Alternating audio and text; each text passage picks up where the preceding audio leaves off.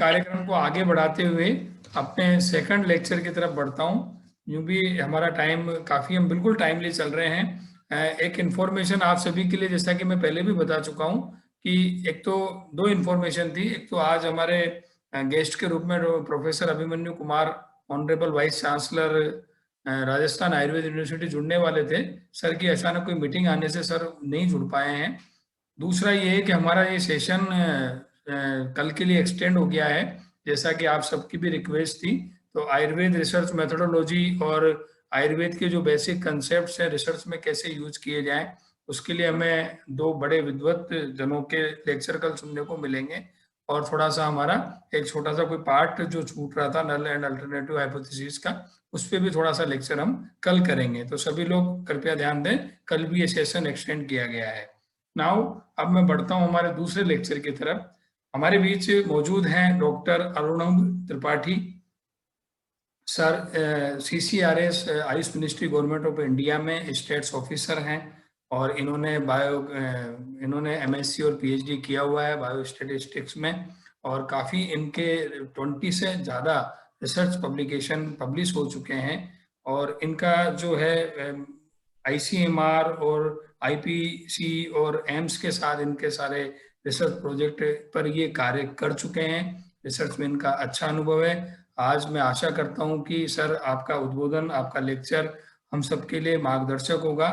कृपया निवेदन है कि आप अपना लेक्चर प्रारंभ करें। Doctor Arunabh Tripathi sir. सबसे पहले तो मैं धन्यवाद देना चाहता हूं जो ऑर्गेनाइजर हैं, जिन्होंने इतनी अच्छी वर्कशॉप ऑर्गेनाइज की। स्पेशली आपको, डॉक्टर विनोद गौतम जी को, जिन्होंने सब तरह से कोऑर्डिनेट किया इसको अच्छे से चलाने के लिए। और बाकी आपके जो सदस्य हैं इस ऑर्गेनाइजिंग कमेटी को, उनको भी धन्यवाद देना चाहता हूं। तो सबसे पहले हम शुरू करते हैं कि डिस्क्रिप्टिव स्टैटिस्टिक्स पे हमें बात करनी है। लेकिन अभी जितने भी लोग, जितने भी हमारे ऑडियंस जुड़े हैं, काफी देर से स्टैटिस्टिक्स के बारे में सुन रहे हैं, तो सुनते सुनते बोर हो गए होंगे ऐसा हमें लगता है। तो हम छोटी छोटी बातों से शुरुआत करेंगे, अभी बड़ी बातें नहीं करेंगे। बहुत सारी चीज लोगों ने सुनी। हम ऐसा भी चाहते हैं कि लोग बीच में इंटरेक्ट करें हमसे, लेकिन शायद ये संभव नहीं हो पाएगा इस प्लेटफॉर्म पे। तो हम पहले अपना प्रेजेंटेशन करेंगे, फिर जो भी क्वेश्चन क्वेरी होगी उसको लेंगे। हम एक चीज और बता देना चाहते हैं कि मेरा प्रेजेंटेशन केवल प्रेजेंटेशन नहीं है, उसके बाद हमारे पास जो स्टैटिस्टिकल सॉफ्टवेयर है उसमें हम थोड़ी एक्सरसाइज भी करेंगे।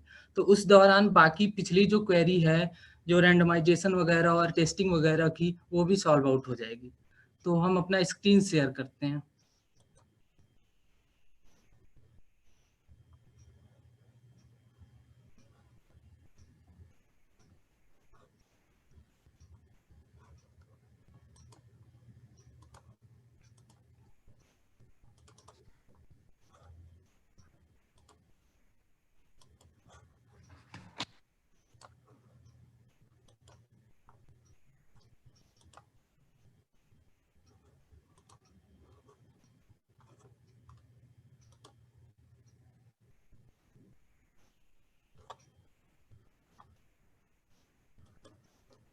सर देख पा रहे हैं?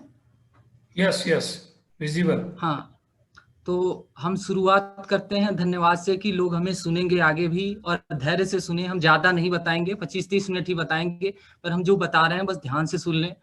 पहले यही मेरा मैसेज होता है सबके लिए कि if people do not believe that statistics simple, it is only because they do not realise how complicated life is. तो स्टैटिस्टिक्स बहुत सिंपल है, इसलिए कि लाइफ हम लोगों की बहुत कॉम्प्लिकेटेड है, बहुत सारी परेशानियां हैं। तो इसीलिए ऐसा ना समझे कि स्टैटिस्टिक्स कठिन है, बहुत सिंपल है। और दूसरा मेरा ये मैसेज है अगला कि he she who asks a question is a fool for 5 minutes, he she who does not ask a question remain a fool forever। तो क्वेश्चन पूछते समय कभी ना घबराएं। हाउ, व्हाट एंड वाई से ही हमारी सारी साइंस बनी है, और इसी से ही हम आगे बढ़ते हैं। तो इन दोनों चीजों से कभी नहीं घबराना चाहिए और हमेशा क्वेश्चन पूछते रहना चाहिए। अब हम आगे चलते हैं।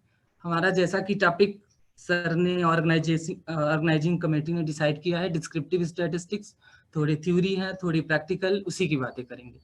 तो पहले आपने बहुत स्टैटिस्टिक्स के पिछले भी कई क्लासेस लिए, तो थोड़ा सा एक रिमाइंड के लिए हम कुछ ये बता दे रहे हैं, कुछ basic definition as it is दिखा रहे हैं आपको कि फिर से रिमाइंड हो जाए, हम आगे इसी पे बात करने वाले हैं। जैसे डेटा होता है set of values, one or more variable recorded, one or more observation unit. Suppose करिए आप इतने लोग हैं, इकट्ठे हुए हैं, अगर हम सबका वेट ले लें, सबका हाइट ले लें, तो एक तरह का डेटा हो जाएगा हमारे पास। इसमें दो वेरिएबल होंगे, एक वेरिएबल आपका वेट होगा, एक वेरिएबल हाइट होगा, और अगर हम जेंडर बढ़ा देंगे तो और एक वेरिएबल बढ़ जाएगा। ये तीनों वेरिएबल मिलके एक डेटा सेट बन जाएंगे। तो ये हमारे डेटा क्या होंगे। ऑब्जर्वेशन कौन होंगे, इंडिविजुअल सोर्स ऑफ डेटा। जितने लोग, हर इंडिविजुअल, जितने लोग इस वर्कशॉप में जुड़े हुए हैं, हर आदमी हमारे लिए एक डेटा है। फिर आते हैं वेरिएबल क्या होता है। वेरिएबल अगर हम बात करें तो वेरिएबल मतलब वेरी, जो वेरी करता हो, जिसकी वैल्यू बदलती रहती हो। अगर हम वेट हाइट की बात करेंगे तो इंडिविजुअल टू इंडिविजुअल जितने लोग हमारे इस वर्कशॉप में जुड़े हैं, सबकी हाइट और सबके वेट अलग अलग होंगे। तो ये सिंपल इसका डिफिनीशन है कि this is a quantity which very such that it may take any one of specified values, measurable और नॉन मेजरेबल। मेजरेबल कहने का सेंस ये होता है कि जैसे वेट को हम किलोग्राम में मेजर कर सकते हैं, हाइट को मीटर सेंटीमीटर में मेजर कर सकते हैं। बट जैसे जेंडर हो गया, जेंडर को हम मेजर नहीं कर सकते, बस उनको कैटेगराइज कर सकते हैं, मेल फीमेल इस तरह से रिप्रेजेंट कर सकते हैं। अब आगे चलते हैं कि पॉपुलेशन क्या होता है। एक कलेक्शन और सेट ऑफ इंडिविजुअल ऑब्जेक्ट और measurement whose property are to be analyse. Population हमारा सबसे बड़ा सेट होता है, हमारे सब लोग जिसमें आते हैं। अगर हम वर्कशॉप की बात करें तो सारे बंदे वर्कशॉप के उसमें आ जाते हैं, ये हमारी पॉपुलेशन है। और हम स्टडी करने के लिए उन सबको ले सकते हैं या किसी के लिए एक छोटा सा सैंपल ले सकते हैं, उन 100 लोगों में से 10 को भी सिलेक्ट कर सकते हैं। ये बात होती है। सैंपल एक छोटा सा हिस्सा होता है पॉपुलेशन का, आपने पहले भी सुना। और हम छोटा हिस्सा इसलिए लेते हैं कि बहुत बड़ी चीज असेस करने में हमारा थोड़ा टाइम टेकिंग ज्यादा होता है, गलती करने के चांसेस होते हैं, इसलिए हम एक छोटा सैंपल लेते हैं। Parameter, a summary value which in some way characterise the nature of the population in the variable under study population. A summary value, parameter वो चीज होती है जो हमारे पॉपुलेशन को समराइज करती है। सपोज करिए अगर हम सबका वेट और सबका हाइट मेजर करके रख दें, किसी को दिखाएं, तो उससे कुछ नहीं पता चलेगा।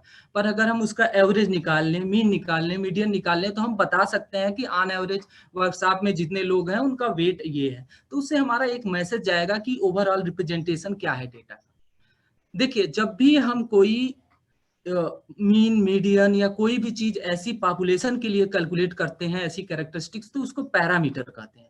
और वही चीज जब हम सैंपल को के लिए कैलकुलेट करते हैं तो उसको स्टैटिस्टिक कहते हैं। यही डिफरेंस होता है पैरामीटर और स्टैटिस्टिक। आगे चलते हैं। आपने पहले भी सुना कि स्टैटिस्टिक्स के दो पार्ट होते हैं, डिस्क्रिप्टिव स्टैटिस्टिक्स, इन्फरेंशियल स्टैटिस्टिक्स। पिछले 3 लेक्चर में जो हमारे सीनियर कलीग्स थे, डॉक्टर राकेश राणा, डॉक्टर रीचा, इन लोगों ने आपको बताया कि इन्फरेंशियल में क्या क्या होता है। आपने हाइपोथेसिस टेस्टिंग वगैरह सब पढ़ी। आज हम केवल डिस्क्रिप्टिव स्टैटिस्टिक्स के बारे में बात करेंगे। Descriptive statistics just use to describe the data. Simple, हम डेटा को कैसे डिस्क्राइब कर सकते हैं। हम अगर पूरा रॉ डेटा रखेंगे तो उससे कुछ नहीं निकलेगा, लेकिन हम डेटा का मीन बता दें, उसका मीडियन बता दें, तो पता चलेगा कि डेटा का ओवरऑल रिप्रेजेंटेशन कैसा है। तो ये बेसिकली नेचर है डिस्क्रिप्टिव स्टैटिस्टिक्स का, और क्यों हम यूज करते हैं डिस्क्रिप्टिव स्टैटिस्टिक्स। आगे एक है कि much of the statistical investigation are carried on sample. जैसा हमने बताया कि पॉपुलेशन बहुत बड़ी होती है, इवन जैसे इंडिया की पॉपुलेशन है, अगर हम किसी चीज का अगर हीमोग्लोबिन लेवल अगर मेजर करना चाह रहे हैं इंडियन पॉपुलेशन की, तो इतनी बड़ी पॉपुलेशन है कि मेजर नहीं कर पाएंगे। तो उनका कुछ सैंपल लेंगे और सैंपल को ये मानते हैं कि ये पॉपुलेशन का रिप्रेजेंटेटिव होना चाहिए। सैंपल का सबसे बड़ा जो क्वालिटी होना चाहिए कि वो पॉपुलेशन को रिप्रेजेंट करना चाहिए। Conclusion about the population are thus drawn from the observation carried out on this sample. अब देखिए, अब आते हैं कि जो डिस्क्रिप्शन है उसको किस तरह से डिस्क्राइब कर सकते हैं। डिस्क्राइब करने के लिए बेसिकली हमारे दो तरीके हैं। एक होता है मेजर ऑफ लोकेशन और central tendency. Central tendency specially ये बताता है कि सेंट्रलाइज वे में डेटा कहाँ आ रहा है। डेटा का measure of central tendency indicate the typical और average value for a distribution. हम क्या कोशिश करते हैं कि कोई एक ऐसी पर्टिकुलर वैल्यूज डेटा से निकाली जाए जिससे पूरे डेटा के बारे में हम कुछ बता सकें, एक आसान भाषा में कुछ बता सकें। और दूसरी जो डिस्क्रिप्टिव मेजर होता है जिसको हम आगे डिस्कस करेंगे, वो मेजर ऑफ वेरिएशन, जो ये बताता है कि जो सेंट्रल टेंडेंसी का मेजर है उसके आसपास हमारी वैल्यू किस तरह से स्प्रेड है, किस तरह से स्कैटर है। तो जो मेजर ऑफ लोकेशन है और सेंट्रल टेंडेंसी है, उसमें बेसिकली 4-5 मेजर हम लोग यूज करते हैं, और सबसे ज्यादा यूज होता है अरिथमेटिक मीन, जिसको हम सिंपल मीन भी कहते हैं या एवरेज भी कहते हैं। दूसरा होता है मीडियन, तीसरा है मोड, और चौथा है ज्योमेट्रिक मीन। यहाँ तक हम यूज करते हैं, हार्मोनिक मीन हम यूज नहीं करते हैं, जस्ट फॉर इंफॉर्मेशन हमने यहाँ पे रखा हुआ है। अब हम आगे 1 बाय 1 इसको डिस्कस करेंगे। अब आते हैं अरिथमेटिक मीन या एवरेज या simple mean. Represent the sum of all values in data set divided by the total number of values. Suppose करिए यहाँ जितने लोग ऑडियंस हैं हमारे, हम सबका हेमोग्लोबिन लेवल ले लें और सबके हेमोग्लोबिन लेवल को ऐड कर दें, डिवाइडेड बाय टोटल नंबर कर दें, तो फिर जो हमारे पास वैल्यू आएगी वो average haemoglobin level of the participants आ जाएगी। या हम सबका वेट ले लें, उसको ऐड कर दें, divided by total number of participate कर दें, तो ये हमारा एवरेज वेट आएगा। इस तरह से हम मीन या एवरेज कैलकुलेट करते हैं। मीडियन, मीडियन क्या होता है? मीडियन एक मिडिल वैल्यू होती है। मिडिल वैल्यू जो डेटा के एकदम मिडिल में हो। अगर हम डेटा को असेंडिंग या डिसेंडिंग ऑर्डर में, बढ़ते क्रम या घटते क्रम में रखते हैं, तो जो वैल्यू हमारे बीच में होगी वही हमारा मीडियन होगा। Middle value in data say that is arrange in ascending order. अगर 8 नंबर है, सपोज करिए हमारे जितने डेटा सेट हैं 11 नंबर है उसमें, तो जो हमारा छठा नंबर होगा वो हमारा मीडियन होगा। अगर हम डेटा को असेंडिंग या डिसेंडिंग ऑर्डर में, 5 लोग उससे नीचे होंगे, 5 लोग उससे ऊपर होंगे। हम इस तरह से भी कह सकते हैं कि 50% of observation below this value and 50% of observation above this value, ये हमारा मीडियन बताता है। बट अगर इवन नंबर का केस हो तो हमारे बीच में 2 वैल्यूज मिलने लगेंगी। तो उन दो, सपोज करिए अगर हमारे पास 10 केसेस हैं, तो 4 ऊपर हो जाएंगे, 4 नीचे हो जाएंगे, और जो हमारी 5 और 6 वैल्यू होगी वो बीच में रहेगी। तो हम 5 और 6 का एवरेज निकाल देंगे, और जो वो एवरेज वैल्यू होगी वही हमारी मीडियन होगा। हम इसका एग्जांपल लिए हैं survival time of cancer patient. Actually ये हम आगे डिस्कस करेंगे कि क्यों हमने इसका एग्जांपल लिया। इसलिए कि मोस्ट ऑफ टाइम जब हमारा डेटा स्क्यूड होता है तब हम मीडियन कैलकुलेट करते हैं, और जो सर्वाइवल टाइम है कैंसर पेशेंट्स का वो एक स्क्यूड डिस्ट्रीब्यूशन है, इसलिए हम मीडियन के एग्जांपल के लिए उसको यूज करते हैं। हालांकि ऐसा नहीं है कि हम वेट का या हेमोग्लोबिन का या इन सब चीजों का मीडियन ना कैलकुलेट कर सके, हम किसी का कर सकते हैं जो भी डेटा कॉन्टिन्यूअस हो। आगे चलते हैं। मोड, मोड सबसे सिंपल मेजर होता है most frequently occurring value in the data set. जो वैल्यू सबसे बार डेटा सेट में आ रही है वही हमारा मोड होता है। सपोज हमारे पास एक तरह का डेटा इस तरह का है कि हमारे पास कुछ हाई ब्लड प्रेशर के पेशेंट हैं, वो एटेनॉल ड्रग प्रैक्टिस कर रहे हैं। किसी का डोज 25 होगा, किसी का 50 mg होगा, किसी का 100 mg होगा। अब सपोज करिए हमें अपना निकालना है मोड, तो अगर 25 mg वाले सबसे ज्यादा सबसे ज्यादा नंबर में होंगे तो हमारा मोड होगा 25। अगर 50 mg यूज करने वाले सबसे ज्यादा नंबर में होंगे तो हमारा मोड होगा 50। अगर 100 mg वाले होंगे तो 100 होगा। तो mode most frequent occurring value होगी, मतलब जो वैल्यू सबसे बार आती है, जिसकी फ्रिक्वेंसी सबसे ज्यादा होती है, हम उसको मोड कहते हैं। और ऐसा नहीं है कि केवल एक मोड हो। अगर हमारे पास सपोज करिए 200 का डेटा है, जिसमें क्या कहते हैं कि 70 लोग 50 mg वाले हैं, 70 लोग 25 mg वाले हैं, तो हमारे 2 मोड भी मिल सकते हैं, इसलिए कि दोनों की फ्रिक्वेंसी हाईएस्ट भी है और सबसे ज्यादा भी, तो ये चीज भी हो सकती है। अब हम आगे चलते हैं geometric mean. Geometric mean is most useful when numbers in the series are not independent of each other or if number tend to make large fluctuation। हमारी बात पे थोड़ा ध्यान दीजिएगा। अभी जैसे कोविड-19 सिचुएशन थी, तो हम लोग क्या देखते थे, अगर एक पर्टिकुलर को कोविड हुआ, अगर वो 3 लोगों को आगे दिया, उससे कांटेक्ट में आके 3 आगे लोगों को होता है, तो हमारा डेटा पहले 1 होगा, फिर 3 होगा, फिर 3 को ऐसे देगा, 9 होगा, फिर 9 वाला 3 को देगा और 27 होगा, इस तरह से होगा। इस तरह के केस में क्या है कि हर वैल्यू अपनी पिछली वाली वैल्यू पे डिपेंडेंट करती है और एक मल्टीप्लिकेशन फॉर्म में आगे बढ़ती है। तो ऐसे केसेस में हम ज्योमेट्रिक मीन कैलकुलेट करते हैं। क्योंकि आजकल सारे सॉफ्टवेयर अवेलेबल हैं, आप एक्सेल में सिंपली कैलकुलेट कर सकते हैं, तो अभी आपको हाथ से कैलकुलेट करने की जरूरत नहीं है, आपको सिंपली कॉन्सेप्ट पता होने चाहिए। इसीलिए हमने इसमें पैंडेमिक एक्सपेंशन का एग्जांपल दिया। अभी करंट में हम लोग पैंडेमिक सिचुएशन से गुजर रहे हैं, तो कोविड-19 केस में हम ज्योमेट्रिक मीन का इस्तेमाल कर सकते हैं।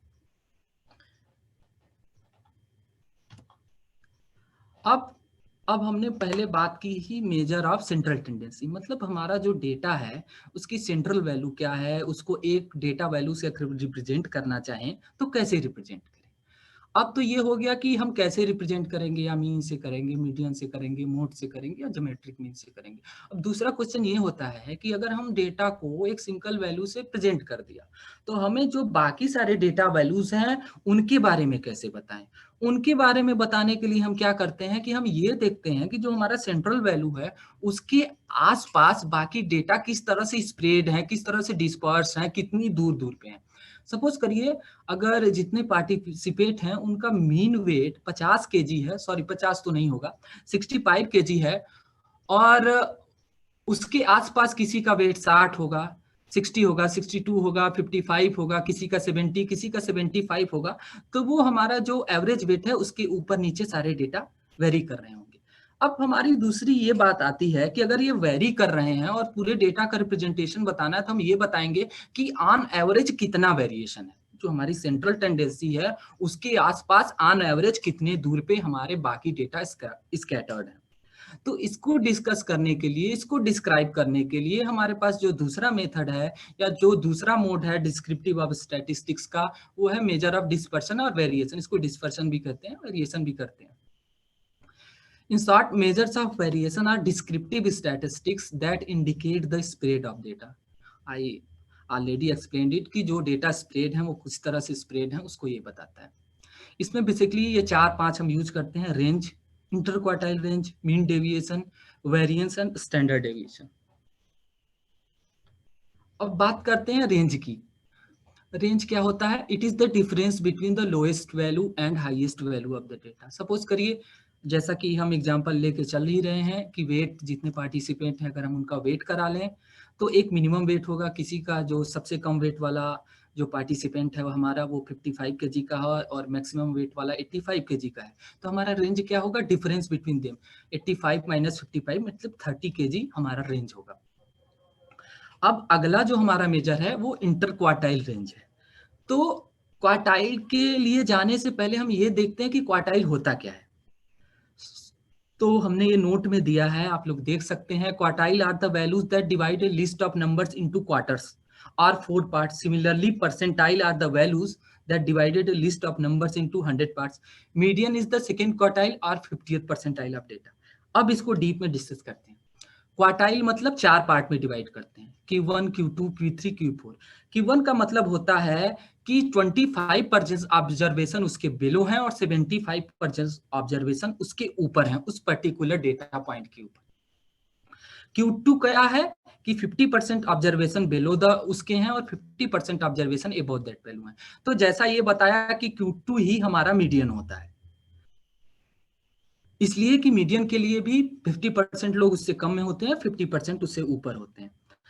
अब जैसे क्वार्टाइल है वैसे परसेंटाइल है। क्वार्टाइल जैसे डेटा को 4 पार्ट में डिवाइड करता है, वैसे ही परसेंटाइल डेटा को 100 पार्ट्स में डिवाइड करता है। अब यूजुअली आजकल रिजल्ट आते हैं किसी भी चीज के तो परसेंटाइल पूछी जाती है कि आपका कितना परसेंटाइल है। सपोज करिए कि किसी बच्चे का 75th परसेंटाइल है, इसके मतलब कि 75% स्टूडेंट, उसने जितने मार्क अटेंड किए उससे नीचे 75% स्टूडेंट हैं और उससे ज्यादा मार्क अटेंड करने वाले 25% स्टूडेंट हैं। तो ये हमारा है क्वार्टाइल और परसेंटाइल। अब बात आती है कि जब हमने कह दिया कि Q1 क्या बताता है कि 25% इससे बिलो हैं और 75% उससे ऊपर हैं। सिंपली Q3 बताता है कि 75% उससे बिलो हैं और 25% ऊपर है। जब हम Q1 और Q3 का डिफरेंस ले लेते हैं तो इसको इंटर क्वार्टाइल रेंज कहते हैं। ये भी एक वेरिएशन का मेजर है जिसमें हम centrally 50% of data he use करते हैं और सेंट्रली 50% जो Q1 से Q3 के बीच में होता है उसी के बेसिस पे हम बताते हैं कि डेटा में कितना वेरिएशन है। आगे चलते हैं, mean deviation, standard deviation. Mean deviation क्या होता है कि हम ये बताएं जो हमारा सेंट्रल टेंडेंसी का मेजर है, जैसे ये वो मीन हो गया, मीडियन हो गया, मोड हो गया, उससे हमारी हर वैल्यू कितनी कितनी दूर पे स्प्रेड है, डिस्पर्स्ड है। अगर हम उस वैल्यू से हर वैल्यू को घटा लें या देख लें कितनी दूर है, उसका एवरेज निकाल लें, तो हमें ये पता चल जाएगा कि ये कितना डेविएशन है ऑन एवरेज डेविएशन। इसमें कभी कभी हम मीन से डिफरेंस लेते हैं, कभी कभी मीडियन से लेते हैं, कभी कभी मोड से लेते हैं, तो हमें 3 तरह के मेजर मिलते हैं। पर हम ये बताना चाहते हैं कि करेंटली ये मेजर जो है mean deviation out of date है, अभी हम लोग इसको यूज नहीं करते। अभी हम लोग सबसे ज्यादा यूज करते हैं standard deviation. Standard deviation same काम करता है, मीन का हर वैल्यू से डिफरेंस लेता है और उसका स्क्वायर कर देता है कि अगर कोई वैल्यू निगेटिव आती है तो उसको पॉजिटिव कर लिया जाए, और सारे स्क्वायर को जोड़ के फिर लास्ट में अंडर रूट करके हम उसकी वैल्यू निकाल लेते हैं। बेसिकली स्टैंडर्ड डेविएशन जो बताता है, the standard deviation is a statistics that measure the dispersion of data set relative to its mean and is calculated as the square root of the variance. जब हम सारे square को add करते हैं तो वो वेरिएंस होता है, और जब उसको हम अंडर रूट में ले लेते हैं तो हमारा स्टैंडर्ड डेविएशन होता है। वेरिएंस हम लोग इसलिए निकालते हैं कि जो हमारे पास मेजॉरिटी ऑफ डिस्ट्रीब्यूशन होते हैं स्टैटिस्टिकल पॉइंट ऑफ व्यू से, उसमें जो भी पैरामीटर होते हैं वो वेरिएंस से बहुत कुछ डिफाइंड होता है स्टैटिस्टिकल थ्योरी में, इसलिए हम वेरिएंस भी करते हैं। पर अगर हम रिसर्च पॉइंट ऑफ व्यू से देखें, रिपोर्टिंग पॉइंट ऑफ व्यू से देखें, तो हम स्टैंडर्ड डेविएशन बताते हैं, और हम स्टैंडर्ड डेविएशन ये बताता है कि मीन के चारों तरफ ऑन एवरेज हमारा डेटा किस तरह से डिस्पर्स है, किस तरह से स्प्रेड है। अब आगे चलते हैं, वेरिएशन की कुछ एग्जांपल लेते हैं। अब सपोज करिए आजकल कोविड वैक्सीन की बहुत बात चल रही है, तो हम लोग क्या बात करते हैं नॉर्मल कि कितने कितने टेम्परेचर के बीच में कोविड रखा जाए, तो एक्चुअली हम रेंज की ही बात कर रहे होते हैं। हम कहते नहीं है कि हमारी कोविड वैक्सीन कितने रेंज में सर्वाइव करेगी, कि टेम्परेचर 2 डिग्री से 8 डिग्री तो मेंटेन होना चाहिए। तो ये हमारा एक रेंज का एग्जांपल है कि range of temperature in which covid vaccine storage 2 degree to 8 degree centigrade. ये सिंपल है। अब दूसरी बात आती है कि अब अगर हम रेंज की या इंटर क्वार्टाइल की भी बात करें, तो सिस्टोलिक ब्लड प्रेशर है, तो उसमें हम ये मानते हैं कि हमारा रेंज 120 से 140 हो तभी अच्छा माना जाता है, या मेजॉरिटी ऑफ पर्संस का जो वेरिएशन है 120 से 140 के बीच होता है सिस्टोलिक ब्लड प्रेशर का। और सिंपल अगर स्टैंडर्ड डेविएशन की बात करते हैं, एज यूजुअल हम लोग डिस्कस करते हैं, जैसे average variation in weight of physician is 10 कीजिए इन मेडिकल कॉलेज। अगर हम मेडिकल कॉलेज में सारे फिजिशियन का वेट करा लें तो, और उनका स्टैंडर्ड डेविएशन निकालें तो 10 केजी होगा। जैसे हम लोग अभी डिस्कस कर रहे थे ये वाला एग्जांपल कि जितने पार्टिसिपेंट हैं उनका वेट कितना है, सपोज करिए उनका वेट 60 केजी है और उनके आसपास सारी वैल्यू 50, 55, 70 और एबव में वेरी कर रही है, और उसका हम स्टैंडर्ड डेविएशन निकाल लें तो वो 10 केजी होगा। ये एक नोट है कि हमारा स्टैंडर्ड डेविएशन या वेरिएंस जितना ही छोटा होता है, the smaller the variance the more likely that individual values of the data are close to mean and more likely the mean is good indicator of the data. उससे क्या पता चलता है कि हमारे जितनी वैल्यूज हैं, जितना एसडी कम है, मतलब हमारे मीन के आसपास ही है। मीन से जो हमारा डेविएशन है वो बहुत कम है। इसके मतलब डेटा का जो एक सेंट्रलाइज व्यू है वो बहुत अच्छा है, और जो मीन है वो बहुत अच्छा डिपिक्ट कर रहा है, बहुत अच्छा मेजर है, जो हमारे डेटा के सारे क्वालिटी को एक ही वैल्यू में बता दे रहा है। हाँ, अब एक नई चीज चलते हैं, वेरिएशन की बात कर रहे हैं, तो सपोज करिए कि अगर हम वेरिएशन का कंपेयर करना चाहें कोई दो अलग अलग चीजों की, और तो क्या हम सिंपल एसडी ले सकते हैं? नहीं ले सकते हैं। उसके लिए हम ये डिस्कस करेंगे एग्जांपल, और कोफिशिएंट ऑफ वेरिएशन क्या है इसको डिस्कस करेंगे। Suppose data from 2 or more distinct population that have vastly different means, या तो उनका अलग अलग मीन हो, अगर हम बच्चों के वेट से एडल्ट का वेट कंपेयर करेंगे तो बहुत ज्यादा डिफरेंट है, या एक दूसरी चीज हो, या जब हमारे पास दो अलग अलग पैरामीटर हैं, अगर हम किलोग्राम के वेरिएशन से मीटर के वेरिएशन को कंपेयर करेंगे या सेंटीमीटर के वेरिएशन को, तो दो अलग अलग चीजें होंगी, तो शायद उनका कंपेरिजन ठीक नहीं होगा केवल एसडी के बेसिस पे। तो कोफिशिएंट ऑफ वेरिएशन उस समय के लिए कंपेयर होता है जब दो अलग टाइप की सीरीज हो, या दो अलग अलग यूनिट ऑफ मेजरमेंट हो, और ये कंपेयर करना हो कि किसका वेरिएशन ज्यादा है और किसका वेरिएशन कम है। कोएफिशिएंट ऑफ वेरिएशन कैसे कैलकुलेट करते हैं हम? स्टैंडर्ड डेविएशन को मीन से डिवाइड करते हैं, कभी कभी इनटू 100 करके इसको परसेंटेज में करते हैं, या ऐसे भी रखते हैं। अब एक एग्जांपल है कि इन ग्रुप ऑफ आयुर्वेदाचार्यस which has more variation either their weight or height.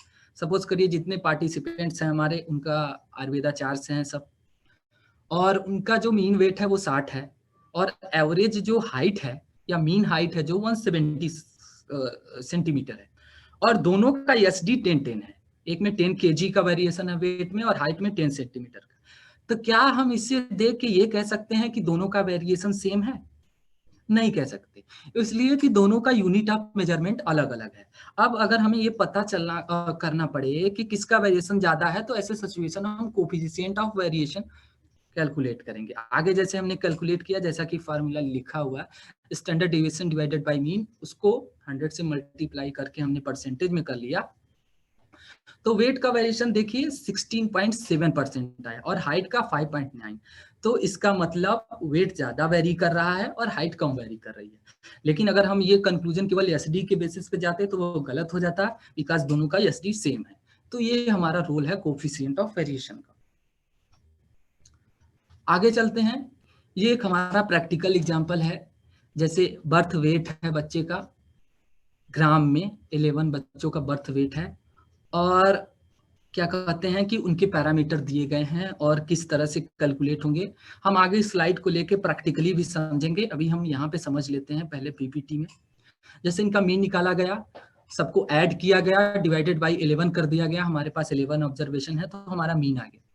Median क्या हुआ, आप लोग देख सकते हैं कि डेटा जैसे एक ऑर्डर फॉर्म में है, minimum value to maximum value. तो आप देखिए जो आपका मीडियन है 4165, वो एकदम मिड में आ रहा है, उसके ऊपर 5 वैल्यूज हैं और उसके बिलो भी 5 वैल्यूज हैं। मींस मीडियन आपके डेटा को 2 पार्ट में डिवाइड करता है, हाफ ऑफ डेटा उसके ऊपर होता है, हाफ ऑफ डेटा नीचे होता है। और ऐसे ही Q1 Q3, चूंकि हमारे पास डेटा ज्यादा नहीं है इसलिए Q1 Q3 डेसिमल में आ गया, तो एग्जैक्ट 75 या 25 नहीं हो पाएगा। अगर एक वाइड डेटा होता तो वो भी दिखने लगता। और जैसा कि हमने लिखा है P50, मतलब 50th परसेंटाइल कहिए या Q2 कहिए या मीडियन कहिए, ये तीनों सेम चीज होती है। तीनों की मीनिंग ये है कि तीनों डेटा को 2 इक्वल पार्ट में डिवाइड कर देते हैं। मिनिमम क्या होता है, जो हमारी सबसे कम की वैल्यू होती है डेटा, जैसा कि यहाँ पे रखा गया है, तो सबसे पहली वाली वैल्यू सबसे छोटी है और सबसे लास्ट वाली वैल्यू सबसे बड़ी है। ये ऑर्डर फॉर्म डेटा है। अब रेंज कैलकुलेट करना है तो सबसे बड़ी वाली वैल्यू से सबसे छोटी वाली वैल्यू घटा देंगे, आपका रेंज आ जाएगा। जैसे 2433 आया है। IQR क्या है, Q3 से Q1 को घटा देंगे, IQR आ जाएगा। एसडी कैलकुलेट करने के लिए हमें थोड़ा सॉफ्टवेयर का यूज करना पड़ेगा। जैसे हमारे पास सिंपल सॉफ्टवेयर है एक्सेल, इसको हम डेटा को आगे चल के अभी यूज करेंगे, आपको दिखाएंगे कि कैसे निकलता है। अब बात करते हैं कि हम मीन मीडियन मोड हमारे पास 3 क्यों हैं, हम वेरिएशंस की बातें क्यों हैं, जो हमारा डिस्ट्रीब्यूशन का शेप होता है उसका क्या रोल होता है, ये सब चीजें हम यहाँ डिस्कस करेंगे। सपोज करिए हम यहाँ 3 तरह के डिस्ट्रीब्यूशन दिखा रहे हैं, ABC। पहला है सिमेट्री। सिमेट्री मतलब वेल सेफ, मतलब आप बीच में या मीडियन पर एक अगर लाइन ड्रा कर दें तो दोनों तरफ सेम आधे आधे वो बट जाएंगे। ऐसे ही केस को नॉर्मल डिस्ट्रीब्यूशन कहा जाता है, परफेक्टली सेफ, दोनों तरफ सेम होता है। और इसमें क्या होता है, मीन मीडियन मोड तीनों बराबर होता है। एक जो दूसरे तरफ का डिस्ट्रीब्यूशन होता है उसको पॉजिटिव स्क्यूड कहा जाता है। पॉजिटिव स्क्यूड का मतलब है कि बड़ी वैल्यू की तरफ स्क्यूड हो, आगे बढ़ा हो, इस तरह का। ऐसे सिचुएशन में क्या होता है कि मीन का एक जो वैल्यू है, कि मीन हर वैल्यू पे डिपेंड करता है, आपके डेटा में जितनी वैल्यू है सब पे डिपेंड करता है। तो मीन बड़ा होगा और क्या कहते हैं आपका मीडियन छोटा होगा, मोड उससे भी छोटा होगा। जो निगेटिव स्क्यूड वैल्यू है उसमें छोटी वैल्यू ज्यादा है, तो इसलिए मीन सबसे छोटा होगा, मीडियन उससे बड़ा होगा और सबसे बड़ा मोड होगा। इसलिए कि जहां पे मैक्सिमम फ्रीक्वेंसी अकर कर रही है, सबसे ज्यादा पीक है, वो हायर साइड में है, इसलिए मोड सबसे बड़ा है।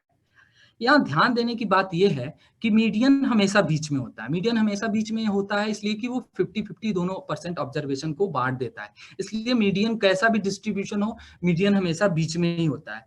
इसीलिए जब कभी भी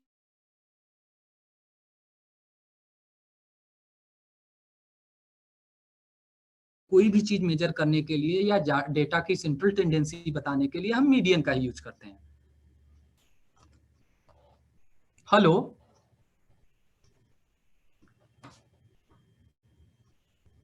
हेलो हाँ, हेलो आवाज आ रही है, आ रही है। सर, सुन पा रहे हैं ना आप लोग? यस यस यस, ऑडिबल और विजिबल तो बहुत व्यू। अच्छा है ना सर? नहीं नहीं, हाँ बीच में अच्छा, आवाज नाइस। हमें लगा एकदम से साइलेंट हो गया, तो हमें लगा कि ऐसा तो नहीं कि आवाज नहीं जा रही। नाइस ठीक है sir. Presentation is going on. हाँ हाँ, चलिए सर आगे चलते हैं फिर। ये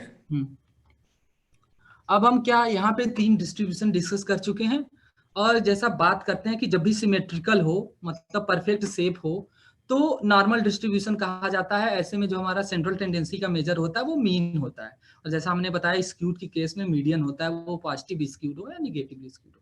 अब बात होती है कि mode only for categorical data. अब सपोज करिए कि आपका डेटा कैटेगरिकल है, अगर आपके पास जेंडर है तो जेंडर का मीन निकालने का कोई मतलब नहीं होता भाई। 1 और 2 है उसका कोई मतलब नहीं है, मीडियन का भी कोई मतलब नहीं है। हम मोड निकाल सकते हैं कि किसकी फ्रीक्वेंसी ज्यादा है, हमारे वर्कशॉप में कौन ज्यादा सुन रहा है, या मेल ज्यादा है या फीमेल ज्यादा है। तो ऐसे केस में हम मोड यूज कर लेते हैं। अब आगे चलते हैं, डिस्ट्रीब्यूशन की अगर हम बात करते हैं तो सबसे पहले हमारे मन में जो आता है वो नॉर्मल डिस्ट्रीब्यूशन। और नॉर्मल डिस्ट्रीब्यूशन ही क्यों, इसकी भी बात करेंगे। तो जैसा कि पहले भी हमने डिस्कस किया, if the distribution of data that give a smooth unimodal, मतलब एक ही मोड होगा, एक ही पीक पॉइंट होगा, and perfectly symmetrical curve where values of the variable is taken on X axis and their frequencies on Y axis. अब यहाँ जैसा कर्व है आप देख सकते हैं कि जो मिड लाइन है जहां म्यू लिखा हुआ है उसके दोनों तरफ परफेक्टली सेम, दोनों तरफ इक्वली डिस्ट्रीब्यूटेड है ये ऑब्जर्वेशन। पहले इसको डिस्कस करने के पहले हम एक चीज बता दें कि हम नॉर्मल डिस्ट्रीब्यूशन ही क्यों लेते हैं। The normal distribution is the most important probability distribution in statistics because it fits many natural phenomena. जो हमारे नॉर्मल फेनोमेना होते हैं, हाइट, ब्लड प्रेशर और बहुत सारी चीज मेजरमेंट्स, वो नॉर्मल डिस्ट्रीब्यूशन फॉलो करते हैं, नॉर्मली होते हैं। जैसे कि उसके एक जो मीट की वैल्यू होती है उसके दोनों तरफ डेटा इक्वली डिस्ट्रीब्यूटेड होते हैं, हायर साइड में, लोअर साइड में। जैसे हमारा एवरेज वेट 60 केजी है हमारे पार्टिसिपेंट का, तो 60 से बेलो वालों का भी डिस्ट्रीब्यूशन एक है, 60 से अबव वालों का, मतलब डेटा इक्वली डिस्ट्रीब्यूट नहीं होता। जैसे हम ये नहीं कह सकते कि हायर वेट वाले बहुत ज्यादा होंगे या लोअर वेट वाले। तो जनरली हमारे जितने भी फेनोमेना होते हैं, नेचुरल फेनोमेना, वो नॉर्मल डिस्ट्रीब्यूशन फॉलो करते हैं। तो हम ज्यादातर नॉर्मल डिस्ट्रीब्यूशन की ही बात करते हैं। और सबसे बड़ी इंटरेस्टिंग चीज ये है कि जितनी भी स्टैटिस्टिकल थ्योरी बनी है, most of theories based on the normal distribution और नॉर्मल डिस्ट्रीब्यूशन एजम्पशन। जरूरी नहीं है कि हर फेनोमेना का डिस्ट्रीब्यूशन नॉर्मल भी हो। जैसे हमने अभी एक एग्जांपल लिया था, अब हम वहाँ यहाँ पे उसको बताएंगे। हमने लिया survival time of cancer patient, उसका डिस्ट्रीब्यूशन हमेशा स्क्यूड होता है।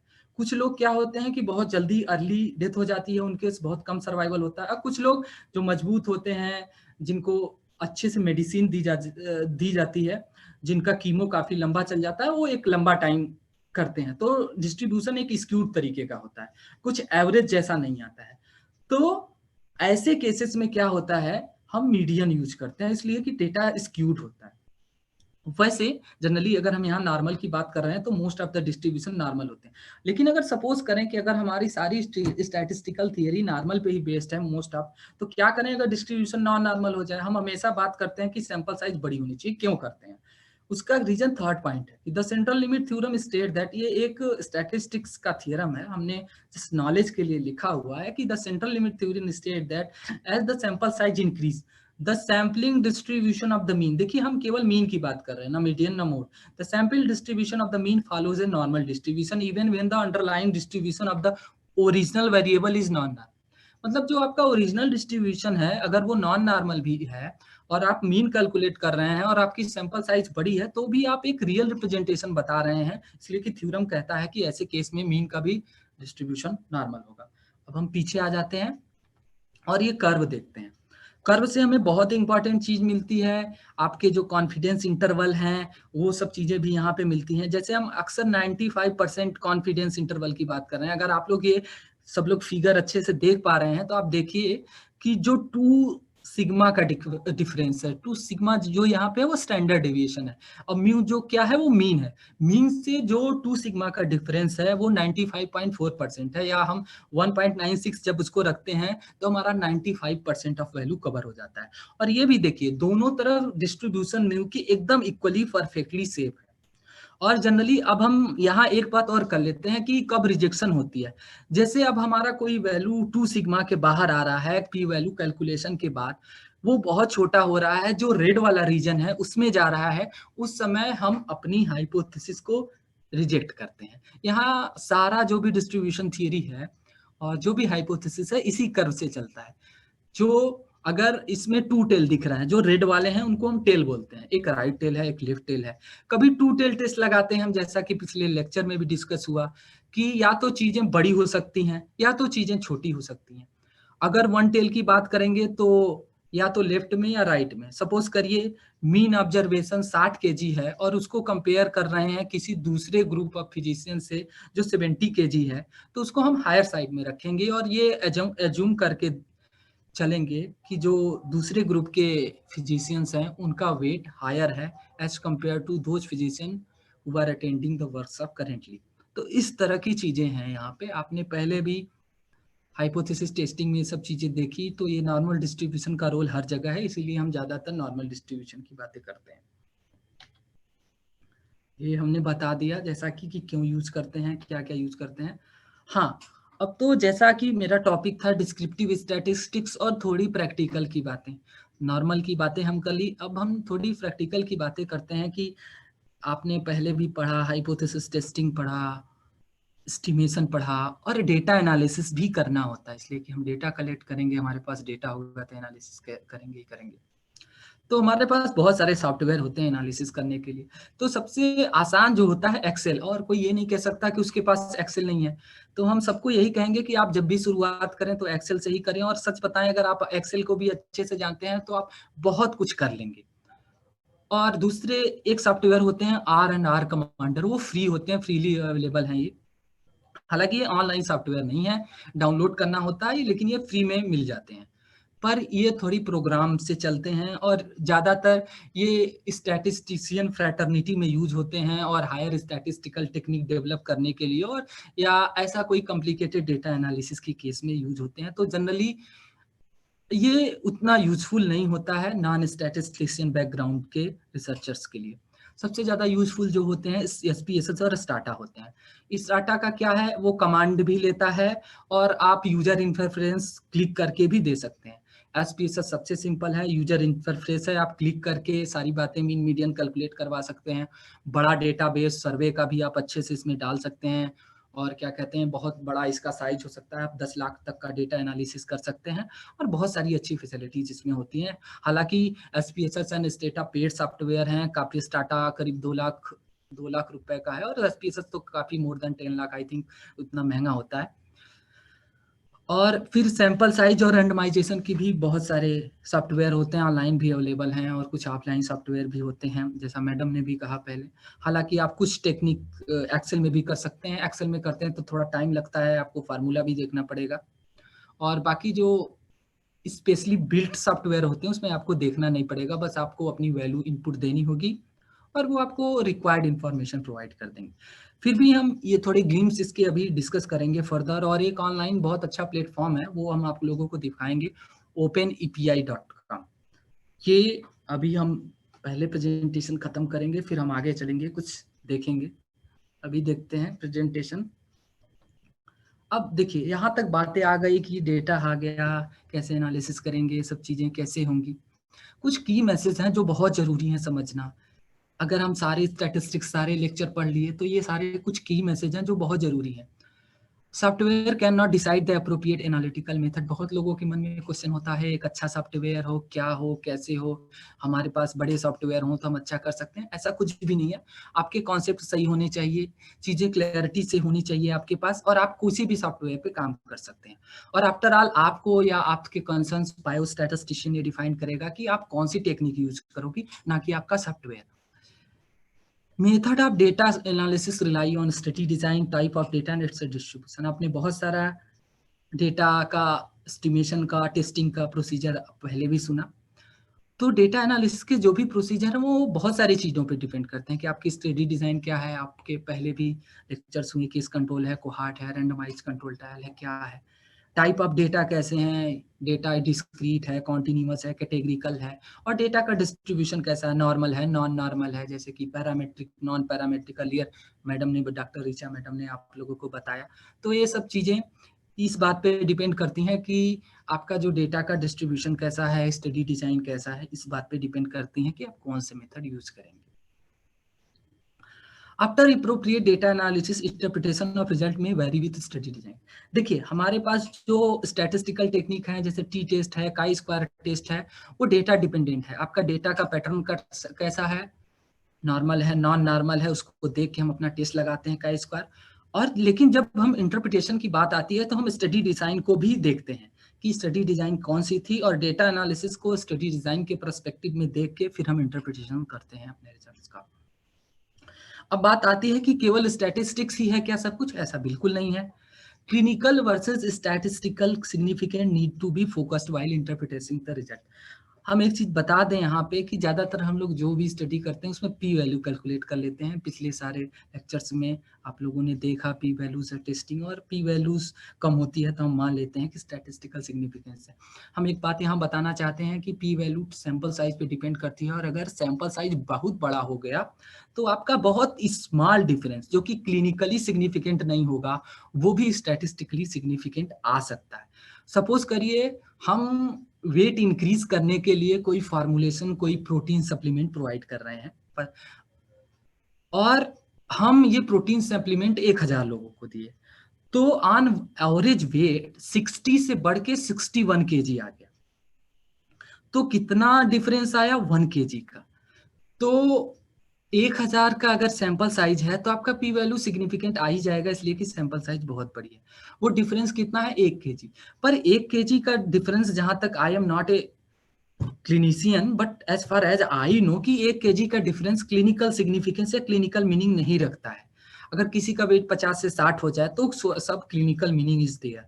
तो ये चीज हमेशा आपको ध्यान रखनी है कि केवल आपको स्टैटिस्टिकल सिग्निफिकेंस नहीं देखना है, आपको क्लिनिकल सिग्निफिकेंस भी देखना है कि जो आपका डिफरेंस आ रहा है वो रियली बायोलॉजिकली कुछ मीनिंगफुल है, कुछ इफेक्टिव है, या ऐसा नहीं है कि केवल स्टैटिस्टिक्स की वजह से ही डिफरेंस आ रहा है। यहीं पे बायो और स्टैटिस्टिक्स मिलते हैं जो आपका बायोस्टैटिस्टिक्स बनाते हैं। अब हम बात करते हैं लास्ट स्लाइड की, और रिक्वेस्ट भी करते हैं कि जो लोग सुन रहे हैं वो और अच्छे से सुने, और अगर कोई चला गया है तो भी ध्यान देगा, देख ले एक बार। ये सारा की मैसेज है जो हम यहाँ पे बताने जा रहे हैं। सबसे पहले हम थंब रूल इसलिए कह रहे हैं कि ये कोई हार्ड एंड फास्ट रूल नहीं है, लेकिन जब हम एनालिसिस के लिए जाते हैं तो पहले हम थंब रूल से ही आगे चलते हैं।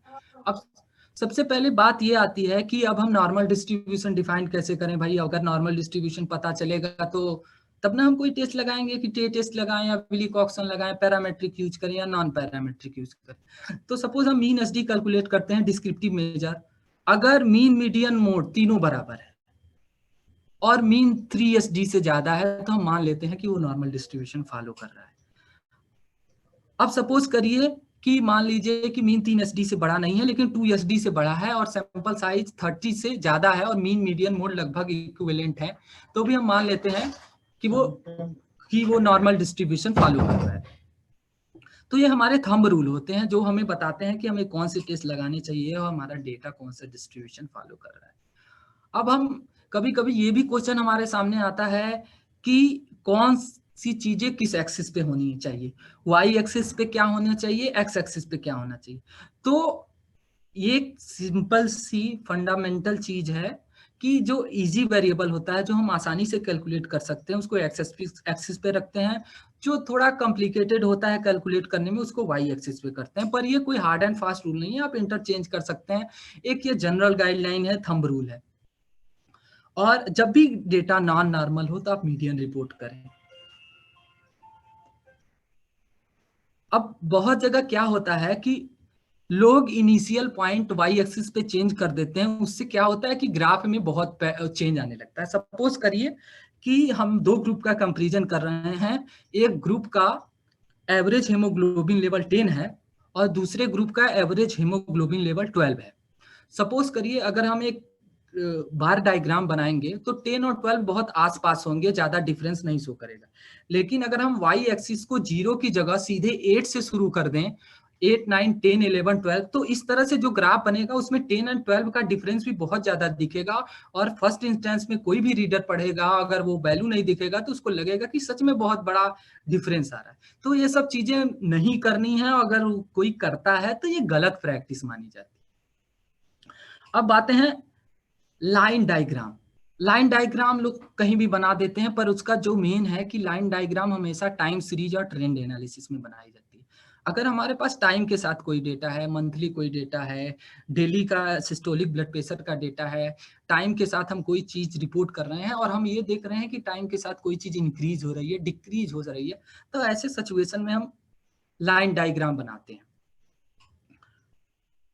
अब ये तो हमने पहले बताया कि always consider biological significant with statistical significant and do not rely on P values always. जैसा कि हमने पहले बताया कि जो पी वैल्यू होती है वो सैंपल साइज पे डिपेंड करती है। अगर आप सैंपल साइज बहुत बढ़ा दोगे, डिफरेंस नहीं भी होगा तो भी डिफरेंस आएगा।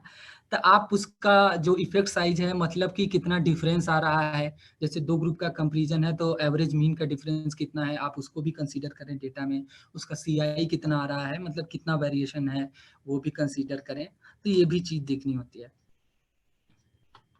अब जो सबसे लास्ट है और सबसे इंपॉर्टेंट, वो हम बताना चाहते हैं। सर सुन पा रहे हैं आप? Hello hello.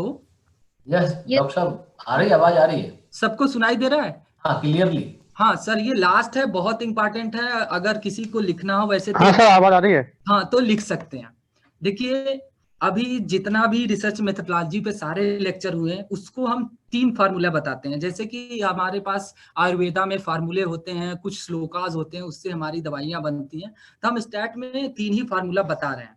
पहला, जैसे कि हम रिसर्च प्लान करें तो क्या फार्मूला लगाएं, फिर रिसर्च को, रिपोर्ट को जब लिखें, स्टैटिस्टिशियन के पास जाएं या उसको रिप्रेजेंट करें सिनॉप्सिस फॉर्म में, तो कौन सा फार्मूला लगाएं, और फाइनली जब एनालिसिस वगैरह हो जाए और उसको हम पेपर के लिए रिप्रेजेंट करने जाएं तो किस तरह से। तो केवल 3 फार्मूला हम बता रहे हैं।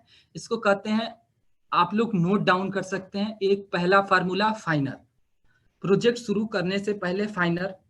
प्रोजेक्ट जब आपने शुरू किया, लिखा, तो लिखें कैसे और कैसे आगे बढ़ें प्रोजेक्ट को लेके, पिकॉट।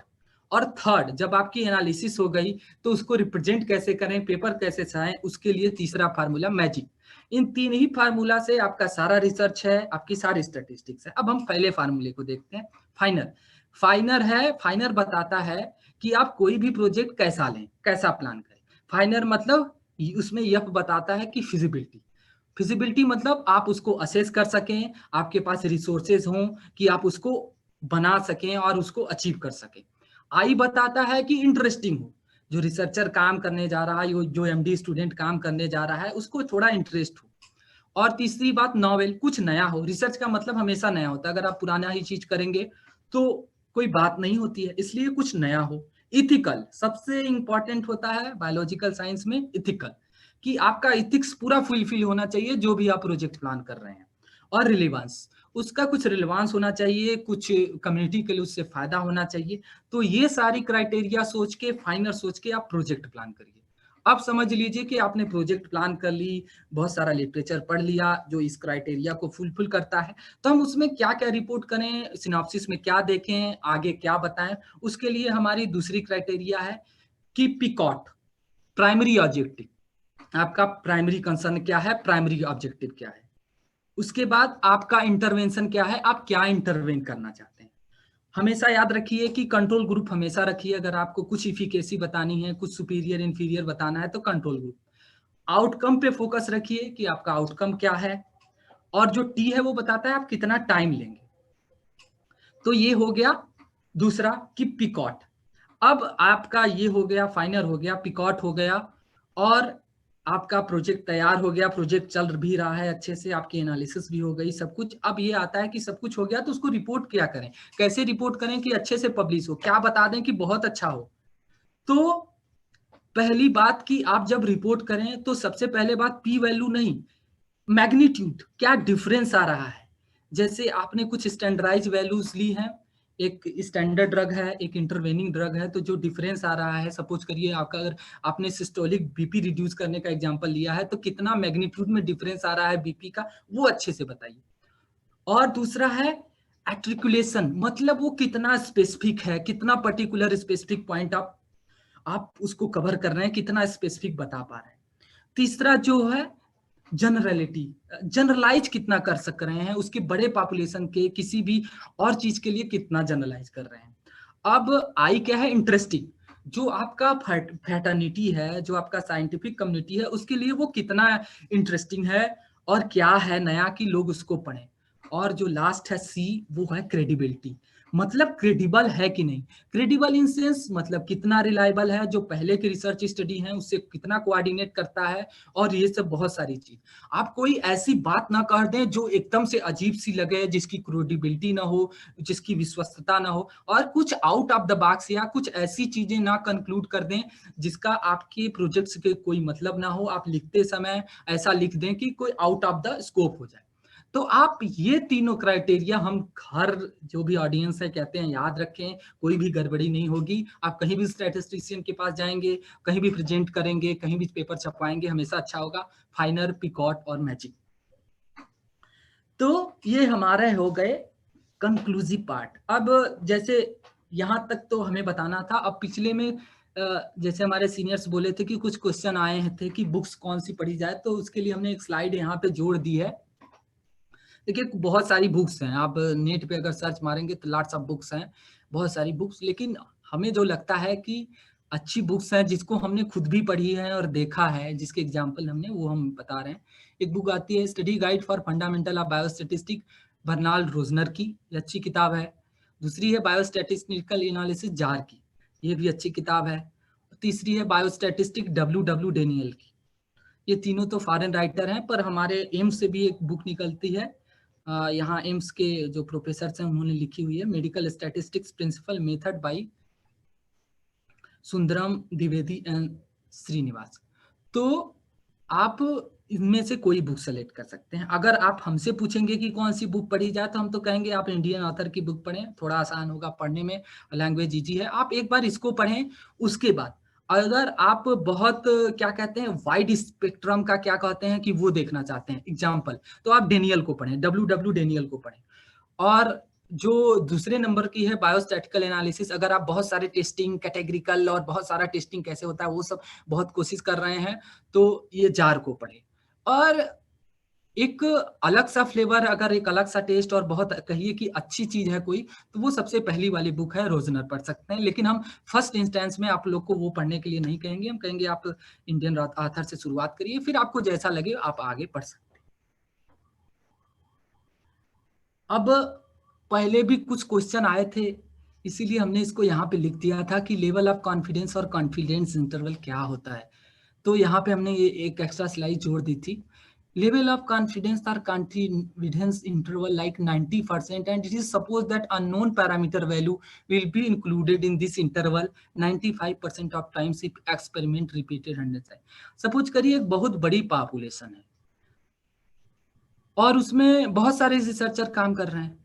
उसमें एक ने सैंपल लिया, 2 में सैंपल लिया, 3 ने सैंपल लिया, 4 ने, एक ने सैंपल लिया और एक सीआई बनाई, एक एक्सपेरिमेंट करके उसी मेथोडोलॉजी से, उसी लाइन पर एक्सपेरिमेंट किया। बहुत सारे लोगों ने उसी पॉपुलेशन से सैंपल लिया, 100 बार सैंपल लिया और अपने पैरामीटर के लिए एक एस्टिमेट निकाला। तो जो वो एस्टिमेट निकलेगा रिपीटेड नंबर ऑफ टाइम्स, वो उसी 95% इंटरवल में लाई करेगा जो पहली बार निकाला गया है। तो यही मतलब है कि आप रिपीटेड नंबर टाइम्स आप करेंगे तो आप उसी इंटरवल में लाई कर लेंगे, ये है। और जैसे पी वैल्यू की हम बात करते हैं, probability of distance come in calculated and anticipated value due to randomness और सैम्पलिंग। देखिए हम बहुत एक सिंपल एग्जांपल लेते हैं। सपोज करिए कि 2 ग्रुप का कंपैरिजन कर रहे हैं, एक हमारे जो फिजिशियंस हैं और एक जो मॉडर्न फिजिशियन है, दोनों का ग्रुप है। हमने का वेट कैलकुलेट किया दोनों ग्रुप का और हम देखना चाहते हैं कि वेट में सिग्निफिकेंट डिफरेंस है कि नहीं है। तो जैसा कि एच नॉट होता है, एच नॉट मतलब हमेशा नल होता है, हम अनबायस्ड होते हैं, हम कुछ भी बैस हम मानते हैं कि दोनों का एवरेज वेट सेम है। बट वो सेम हो ही नहीं सकता, इसलिए कि जो नेचर का जो वेरिएशन है वो हमेशा रहता है, तो वेरिएशन ऑलवेज देयर। तो जब भी हम मीन वेट कैलकुलेट कर लेंगे तो हमेशा देखेंगे कि कभी एग्जैक्ट सेम नहीं आ सकता, कभी भी 2 चीजें सेम नहीं हो सकती हैं, कि वेरिएशन इन ऑलवेज देयर। अब बात आती है कि वेरिएशन किन कारण से है। वेरिएशन किस कारण से है कि हमने सैंपलिंग की एक ग्रुप में, दूसरे ग्रुप में सैंपलिंग की, तो सैंपल के कारण जो डिफरेंस आ रहे हैं उसके लिए वेरिएशन है, या फिर वेरिएशन सच में ओरिजिनल है। कि सच में एक ग्रुप का वेट ज्यादा है, दूसरे ग्रुप का कम है, तो हम क्या चाहेंगे कि जो हमारा सैंपलिंग या चांस के कारण जो वेरिएशन हो वो कम से कम हो। तो जो जो हमारा प्रोबेबिलिटी है, जो वेरिएशन चांस के कारण आता है, वही पी वैल्यू है। इसीलिए हम हमेशा पी वैल्यू को कम रखना चाहते हैं। और जैसे ही एक स्टैंडर्ड सेट कर रखा है कि 5% या 1% से कम होती है, तो हम मानते हैं कि जो हमारा रैंडम और सैंपलिंग या रैंडमनेस के कारण जो हमारे एक्सपेरिमेंट का रॉन्ग रिजल्ट या डिफरेंस आने के चांस है वो बहुत कम है। इसलिए जो डिफरेंस ओरिजिनल है उसके आने के चांस बहुत ज्यादा हैं, इसलिए ऐसे समय में सिग्निफिकेंट मानते हैं। तो आप सब एक चीज समरली इसमें मान सकते हैं कि जो रैंडमनेस के कारण और सैंपलिंग के कारण जो डिफरेंस आता है उसका जो चांस होता है वही उसकी जो प्रोबेबिलिटी है वही पी वैल्यू है। और जैसा कि हमने पहले भी बताया कि नल हाइपोथेसिस एकदम अनबायस्ड होता है और हम मान के चलते हैं कि कोई डिफरेंस नहीं है, कोई बायस नहीं होते हैं। जैसे कि एक बहुत क्लासिकल एग्जांपल है, जैसे भी कोई जस्टिस किसी कोर्ट में बैठता है तो कोई भी आए उसके कोर्ट में वो पहले दफा ये मान के चलता है कि वो अपराधी नहीं है। तो ये बेस्ट एग्जांपल है। यहाँ तक तो हमें बताना था। अब हम आपको कुछ करके दिखाएंगे एक्सेल में। अगर हम जो ऑर्गेनाइजर हैं उनसे ये अनुरोध करेंगे कि अगर लोग बीच में भी क्वेश्चन पूछना चाहते हैं कोई चीज जैसे आगे के लिए, तो अभी पूछ सकते हैं, या हम थोड़े 10 मिनट की एक्सरसाइज करवाएंगे उसके बाद भी पूछ सकते हैं। अभी हम इसको मिनिमाइज करेंगे और एक्सेल में आपको कुछ दिखाएंगे, इसलिए कि एक्सेल सबके पास अवेलेबल है और क्या कहते हैं कि एक्सेल में काम करना भी आसान होता है। और हम वही एग्जांपल लेंगे। सर मेरी स्क्रीन दिख रही है ना? Yes yes, visible. हाँ, तो हम वही एग्जांपल ले रहे हैं जो कि हमने अपने स्लाइड में लिया हुआ है। हम यहीं से कॉपी करके चलते हैं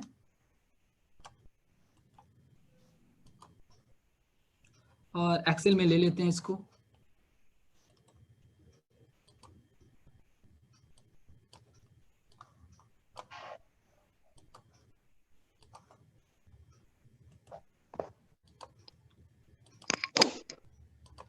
सपोज ये हमारा बर्थ वेट हो गया।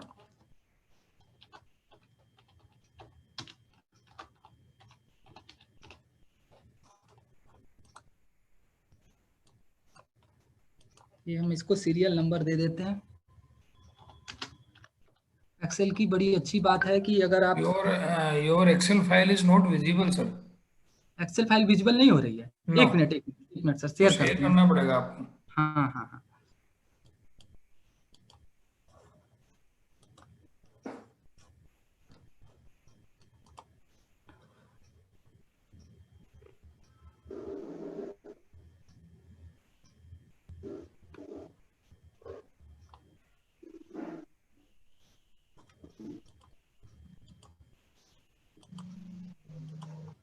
देख पा रहे हैं सर? Yes yes. अब तो जो हमने एग्जांपल लिया था अपने पीपीटी का, उसी को कॉपी करके यहाँ रख रहे हैं कि सबको समझ में आ जाए। एक्सेल का बहुत अच्छा एक वो है टेक्निक, आप ड्रैग कर सकते हैं आराम से। ये हमारे 11 केस हैं जिसको हमने लिया था वहां पे। तो सिंपल हैकिंग टेक्निक्स हैं ये।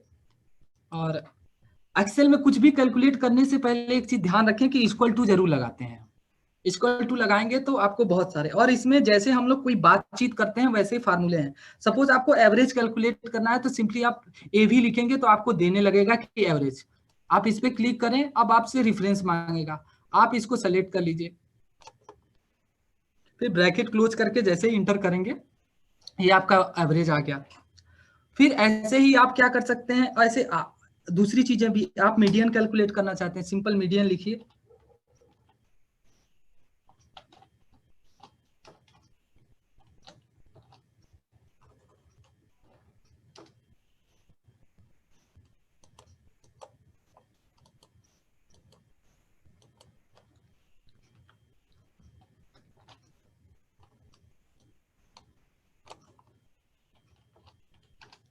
आप मिला सकते हैं कि हमारा मीडियन वही है जो वहां पे लिखा गया है।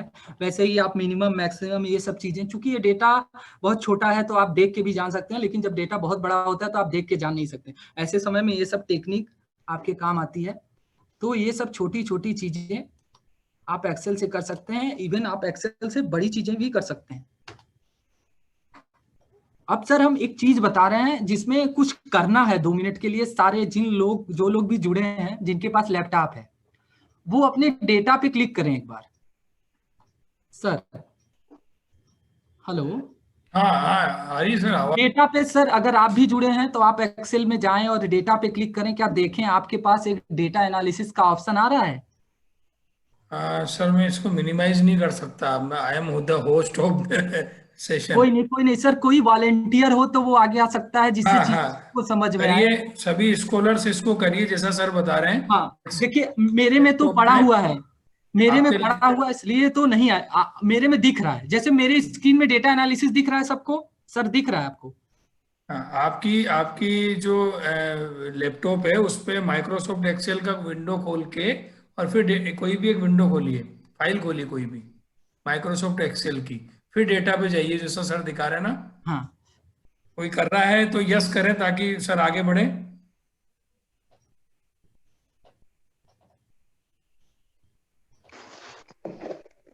मैं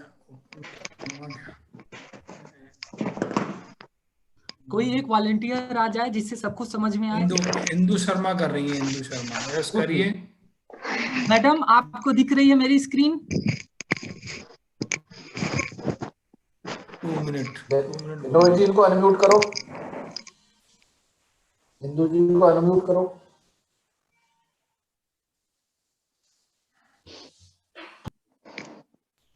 अनम्यूट, आप अपने आप को स्वयं अनम्यूट कर सकते हैं डॉक्टर इंदु,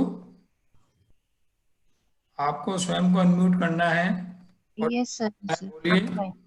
मैडम आप आ गई? हाँ जी सर, 2 आपको मिनट्स। मेरी स्क्रीन दिख रही है? Yes sir. आप ऐसे ही एक्सेल खोल लीजिए। जी जी, आई एम डूइंग दैट। हाँ ओके।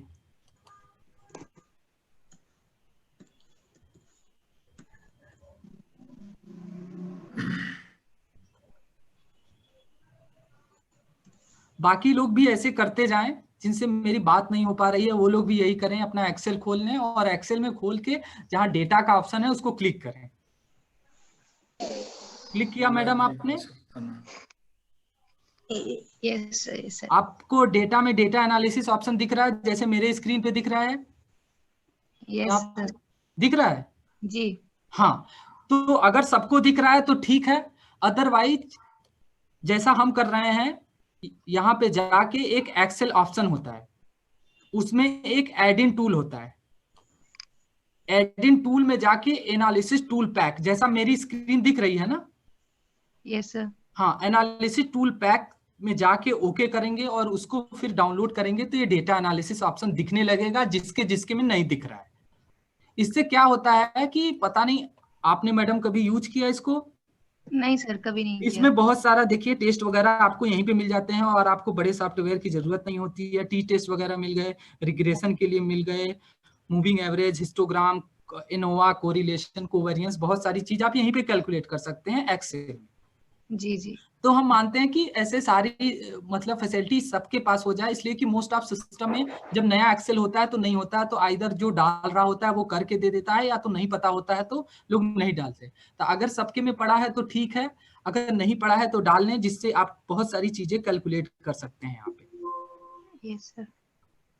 अब देखिए, अब हम जैसा कि आप लोगों को दिखाए थे बर्थ वेट का एग्जाम्पल, वैसा एक ये एग्जाम्पल है। अब क्या करते हैं कि एक्सेल में कोई भी फार्मूला लगाते हैं तो इक्वल टू करके लगाते हैं, फिर भी अगर आप लोगों को नहीं पता है तो एक यहाँ पे आप कहीं भी जाके, अगर ये एक एफएक्स करके यहाँ पे आ रहा है जैसा मेरा स्क्रीन आप लोग देख रहे हैं, अगर हम इसको क्लिक करेंगे तो आपको बहुत सारा फॉर्मूला फंक्शन दिखाएगा। इसमें आप क्या कैलकुलेट करना चाहते हैं, स्टैटिस्टिकल, फाइनेंशियल, डेटाबेस, लॉजिकल, इसमें बहुत सारे फंक्शन का ऑप्शन है। तो अगर आप नहीं समझ पा रहे हैं कि वैल्यू किस तरह से देनी चाहिए तो आप केवल उसको क्लिक करके ओके कर दीजिए, फिर ये खुद ही बताएगा कि आपको वैल्यू किस तरह से देनी है। और सपोज करिए आप इसको भी यूज कर सकते हैं, और ये अगर ये यहाँ पे आपने ड्रा कर दिया तो आपको मैक्सिमम वैल्यूज ये मिल गई। यहाँ पे भी देखिए दिख रहा है 4790। तो आप डायरेक्ट देके भी कर सकते हैं, अगर आपको फार्मूला याद नहीं है, उसकी स्पेलिंग याद करने में दिक्कत हो रही है, तो आप एफएक्स फंक्शन से जाके भी अपने कमांड दे सकते हैं। अब बात आती है कि इसका जो डेटा एनालिसिस वाली चीज है उसको कैसे यूज करें। अब हमने क्या क्या पढ़ा, कोरिलेशन भी पढ़ा, रिग्रेशन भी पढ़ा मैडम, हाइपोथेसिस टेस्टिंग पढ़ा ना मैडम? हेलो। तो मैडम अभी हम लोग क्या करते हैं कि इससे कुछ चीजें हम निकाल सकते हैं। अगर सपोज करिए हम कोई भी एक डेटा ले लेते हैं, हाई सिस्टोलिक ब्लड प्रेशर का। मान लीजिए हमारे पास 10 केसेस हैं, हम डेटा बना लेते हैं। सॉरी,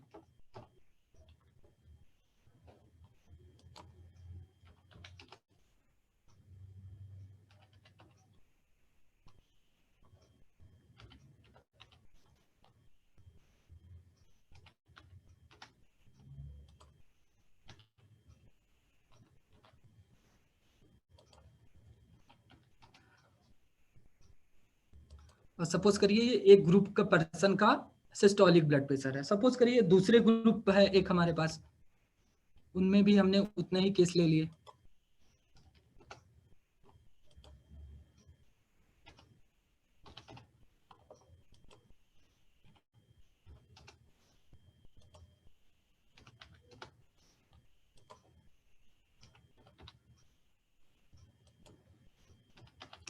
अब सपोज करिए हमें देखना है कि इन दोनों के मीन में डिफरेंस है कि नहीं है। तो हम ये मानते हैं कि अभी ज्यादा भी डेटा होगा, नॉर्मली सिस्टोलिक ब्लड प्रेशर एक नॉर्मल डिस्ट्रीब्यूशन फॉलो करता है, तो हम टी टेस्ट के लिए जाते हैं। तो हम यहाँ डेटा एनालिसिस में गए, दोनों ग्रुप अलग अलग है, तो हमें लगाना है अनपेयर टी टेस्ट। और बेसिक एजम्पशन जो क्या होता है वो होता है कि जो उनका वेरिएंस होता है इक्वल होता है। तो हम इस पे क्लिक करेंगे, T test two sample equal variance, इसको ओके कर देंगे। अब क्या है, हमें यहाँ पे डेटा का सिलेक्शन देना है। अब हमने डेटा सेलेक्ट किया, पहला रेंज लिया, फिर दूसरे ग्रुप का रेंज लिया। अब अल्फा 5% होता है, हमने सेट करके रखा है। अब आउटपुट रेंज कहाँ रखना है, उसके लिए हम एक रेफरेंस दे देते हैं इसको कि हमें यहाँ पे आउटपुट रेंज दे दे। फिर हमने ओके कर दिया। अब देखिए ये टी टेस्ट की वैल्यू एक्सेल से आ गई। हालांकि ये SPSS और स्टेटा में और भी अच्छे से आती है और भी बड़ी चीज, लेकिन प्राइमरी लेवल पे जब आपके पास अवेलेबल नहीं है वो सब चीजें, तो आप इससे भी कर सकते हो। तो आपको जो पी वैल्यू है वो ये वाली है, जहां पे हमने अपना कर्सर रखा हुआ है, जो हाईलाइटेड सेल है, टू टेल वाली जो वैल्यू है वो रियल पी वैल्यू है 0.15। ये आपकी पी वैल्यू है। यहाँ पे आपको मीन भी दे देगी, आप पहले वाले का, पहले ग्रुप का मीन है 138, और क्या कहते हैं कि दूसरे का मीन है 127, नंबर ऑफ ऑब्जर्वेशन कितने हैं वो भी दे दिया, आपको वेरिएंस दे दिया, वेरिएंस का अंडर रूट आप कर लेंगे तो आपको एसटी मिल जाएगा। तो इस तरह से आप एक्सेल में एनालिसिस भी कर सकते हैं। सपोज करिए बहुत लोगों का क्वेश्चन है रैंडमाइजेशन करने का, तो इसमें भी रैंडमाइजेशन करने के भी कुछ टेक्निक्स हैं। अगर सपोज करिए कि आपको रैंडमाइजेशन करना है तो आप रैंड बिटवीन कमांड दे सकते हैं। मान लीजिए 10 से 50 के बीच रैंडमाइजेशन करना है। सॉरी, हमारे पास सपोज करिए 50 लोग हैं, उनमें से 10 लोगों को सेलेक्ट करना है। अब हमने ये इंटर दबा दिया, एक 35 नंबर का बंदा कोई आ गया। अब इसको 10-11 लोगों को जितना सेलेक्ट करना है उसको ड्रैग कर लिया, इसको कॉपी कर लिया। कॉपी इसलिए करते हैं कि ये वैल्यू हमेशा बदलती रहती है, इसलिए कि रैंडम है। तो अगर हमें इतने सेलेक्ट को, तो हमें अगर रैंडम सिलेक्शन करना था 10 लोगों का या 9 लोगों का, 1 2 3 4 5 6 7 8 9 लोगों का रैंडम सिलेक्शन करना था, तो वो लोग कौन कौन से हुए, 22 नंबर वाले, 9 नंबर वाले, 837। तो इस तरह से आप रैंडम जनरेशन कर सकते हैं एक्सेल से भी।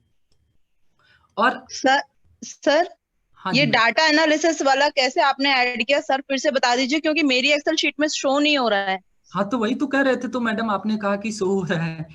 सर वो दूसरे वो है, पार्टिसिपेंट है। Okay okay okay okay okay okay okay, sorry sorry. आप देखिए, आपने एक्सेल खोल ली। जी सर। आपने होम के ऊपर जो फाइल शो करने वाला ऑप्शन होता है उस पर क्लिक करिए, फाइल शो, ओके सर। जिसमें न्यू, ओपन, सेव एज हाँ जी आता हाँ है। जी, यस सर। उस पे नीचे जाइए तो एक ऑप्शन आ रहा है एक्सेल ऑप्शंस। एक्सेल ऑप्शन, मेरी स्क्रीन देखिए आप। हाँ जी, save as print Excel options. आया एक्सेल ऑप्शंस? सर ऐसा तो कुछ नहीं दिखाई दे रहा आप जैसा। सेव एज में देखो, सेव एज में। सेव एज में नहीं, जैसे जैसे हम क्लिक कर रहे हैं आप वैसे क्लिक करिए। ऑफिस बटन पे क्लिक करिए, केवल ऑफिस बटन पे, है ना डॉक्टर कोमल? हाँ जी सर। ऑफिस बटन जो कॉर्नर पे ऑफिस बटन है, देखो कर्सर देखो सर की स्क्रीन का, ऑफिस बटन पे क्लिक करो तो नीचे अपने आप ये दो ऑप्शन दिखेंगे, excel option, excel, exit excel, दिख रहे हैं? सर ये ऑफिस बटन नहीं आ रही है हाँ सर, हमारे वही शो लैपटॉप नहीं में। आप हो रहा। हो सकता है आपका अपडेट ना हो इसलिए ऐसा नहीं आ रहा है। जनरली अपडेट होने पे आता है ऑप्शन, तो उसमें टेंशन लेने की जरूरत नहीं है। आप नया वो माइक्रोसॉफ्ट ऑफिस डालेंगे, एक्सेल डालेंगे तो उसमें ऑप्शन आएगा। ठीक है मैडम? अपना पहला ऑप्शन है ना, 4 डब्बे जो जुड़े होते हैं, वो वाला ऑप्शन देखो आप। कोई नहीं, कभी कभी अपडेट नहीं होता है तो ये ऑप्शन नहीं आता है, जनरली आता है। अगर नहीं आ रहा है तो ऐसी कोई बात नहीं है, पर एक्सेल आ ऑप्शन। रहा है सर, मेरे आ रहा है सर, आप आगे हाँ बताइए। हाँ, देखिए मैडम ये आ रहा है, तो अब हम एक्सेल ऑप्शन में गए, देख रही हैं आप? हेलो हाँ मैडम? Yes sir. कंटिन्यू करिए, हाँ त्रिपाठी सर, सर हाँ, कंटिन्यू एक्सेल ऑप्शन करिए। में गए, जी। फिर यहाँ पे एडिंग्स पे क्लिक किया। 8 इंच, हाँ सर। हाँ, फिर एनालिसिस टूल पैक वीबीए नहीं पे सर, क्लिक कर ये दिया। क्लिक नहीं हो रहा है। हाँ हुआ सर, इसमें सर हाँ, analysis tool pack VBA second वाला। वीबी, ओके सर। फिर गो कर दीजिए, ओके करना है सर इसको? अच्छा, गो, गो करिए, ओके। ओके हाँ कर हो दीजिए। गया, फिर एक हो गया एक सर। एक फिर विंडो आ रही होगी आपके पास, हाँ जी, उसमें एनालिसिस, एनालिसिस टूल पैक करके आ रहा होगा, उसको क्लिक कर दीजिए। हाँ जी, हाँ, अब फिर रन वो ओके करिए। Okay sir. क्या बोल रहा है? चला गया सर सब कुछ ही। हाँ, तो वो थोड़ी देर में आ जाएगा और आपको डेटा एनालिसिस वाला भी शो करेगा वहां पे। ठीक है मैडम? जी जी, ओके, हाँ थैंक यू सर, हाँ, थैंक यू। और ऐसा नहीं है, वो एकदम आसान चीज है, हो जाता है, कोई ऐसा स्पेसिफिक नहीं है। अभी हम जो बता रहे हैं वो ध्यान दीजिए, ठीक है? ठीक, ओके सर। तो हम यहाँ पे इससे टेस्ट भी लगा सकते हैं, ये चीजें हमारे पास डेटा एनालिसिस ऑप्शन में हैं। और अब सपोज करिए कि हमारे पास कोई और वैल्यू नहीं है, हम इसी का दे सकते हैं। आप कोरिलेशन भी निकाल सकते हो, इसका कमांड है CORR करके। कोरिलेशन पे आपने क्लिक किया, एक रेंज की वैल्यू दी, फिर कॉमा करा, दूसरे रेंज की वैल्यू दी, तो आपका कोरिलेशन भी आ गया। ये कोरिलेशन आप डेटा एनालिसिस में जाके यहाँ कोरिलेशन वाला जो ऑप्शन है उससे भी कैलकुलेट कर सकते हैं। तो आप इस एक्सेल से आप ANOVA, T test, correlation, regression, hypothesis testing में मीन, मीडियन, मोड, ये सब बेसिक चीजें आप बहुत अच्छे से कैलकुलेट कर सकते हैं। तो एक्सेल एक बहुत अच्छा सॉफ्टवेयर।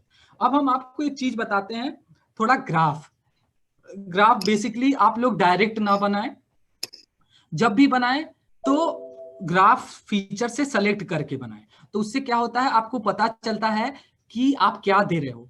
सपोज इसी डेटा को लेते हैं, इंसर्ट करते हैं, एक कॉलम डाल देते हैं। सॉरी, ये फिट नहीं है डेटा इसके लिए। अब हम लाइन डायग्राम की बात की है तो वही देखते हैं। सपोज करिए डे 1 में हमारे पास कोविड-19 के 100 केस थे इंडिया में, ठीक है? फिर डे 2 में ये 150 हो गए, डे 3 में ये 170 हो गए, फिर डे 4 में ये 180 हो गए। ठीक है? अब सपोज करिए इसका एक लाइन डायग्राम बनाना है। आप इसको डायरेक्ट ना सेलेक्ट करें, इंसर्ट में जाएं, वहां से लाइन पे क्लिक करें और कोई भी एक ग्राफ ऑप्शन सेलेक्ट करें, तो ऐसी स्क्रीन आ जाएगी व्हाइट से। अब यहाँ पे आप राइट क्लिक करें, अब यहाँ से डेटा सेलेक्ट करें, तो आपको समझ में आएगा कि एग्जैक्टली आप कर क्या रहे हैं। इसको हटा दें, फिर ऐड करें डेटा, फिर आपसे पूछेगा सीरीज नेम, तो आपको क्या लिखना है कि सीरीज क्या है, तो आपका क्या है, number of Covid patient.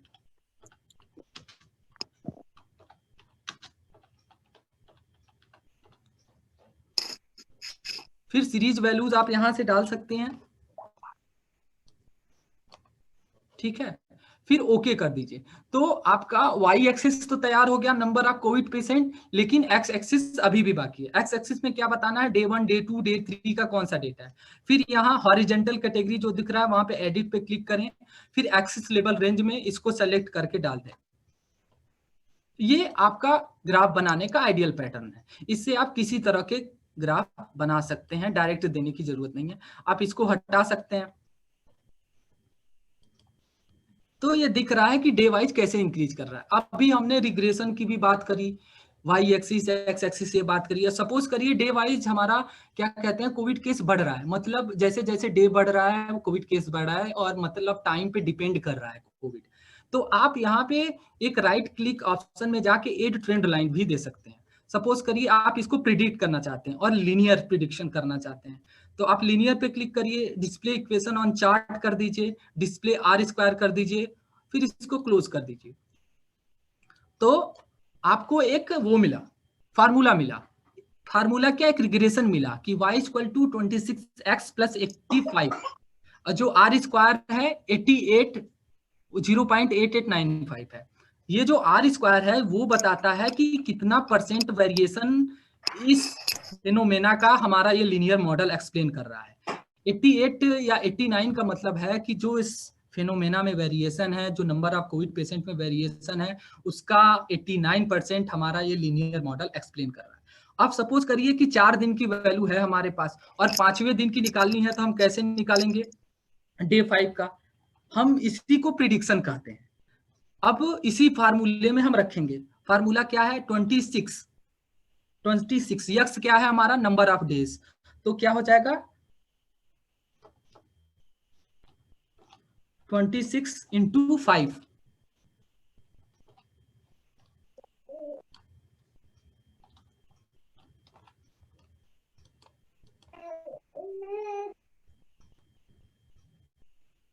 Plus कितना है हमारा 85।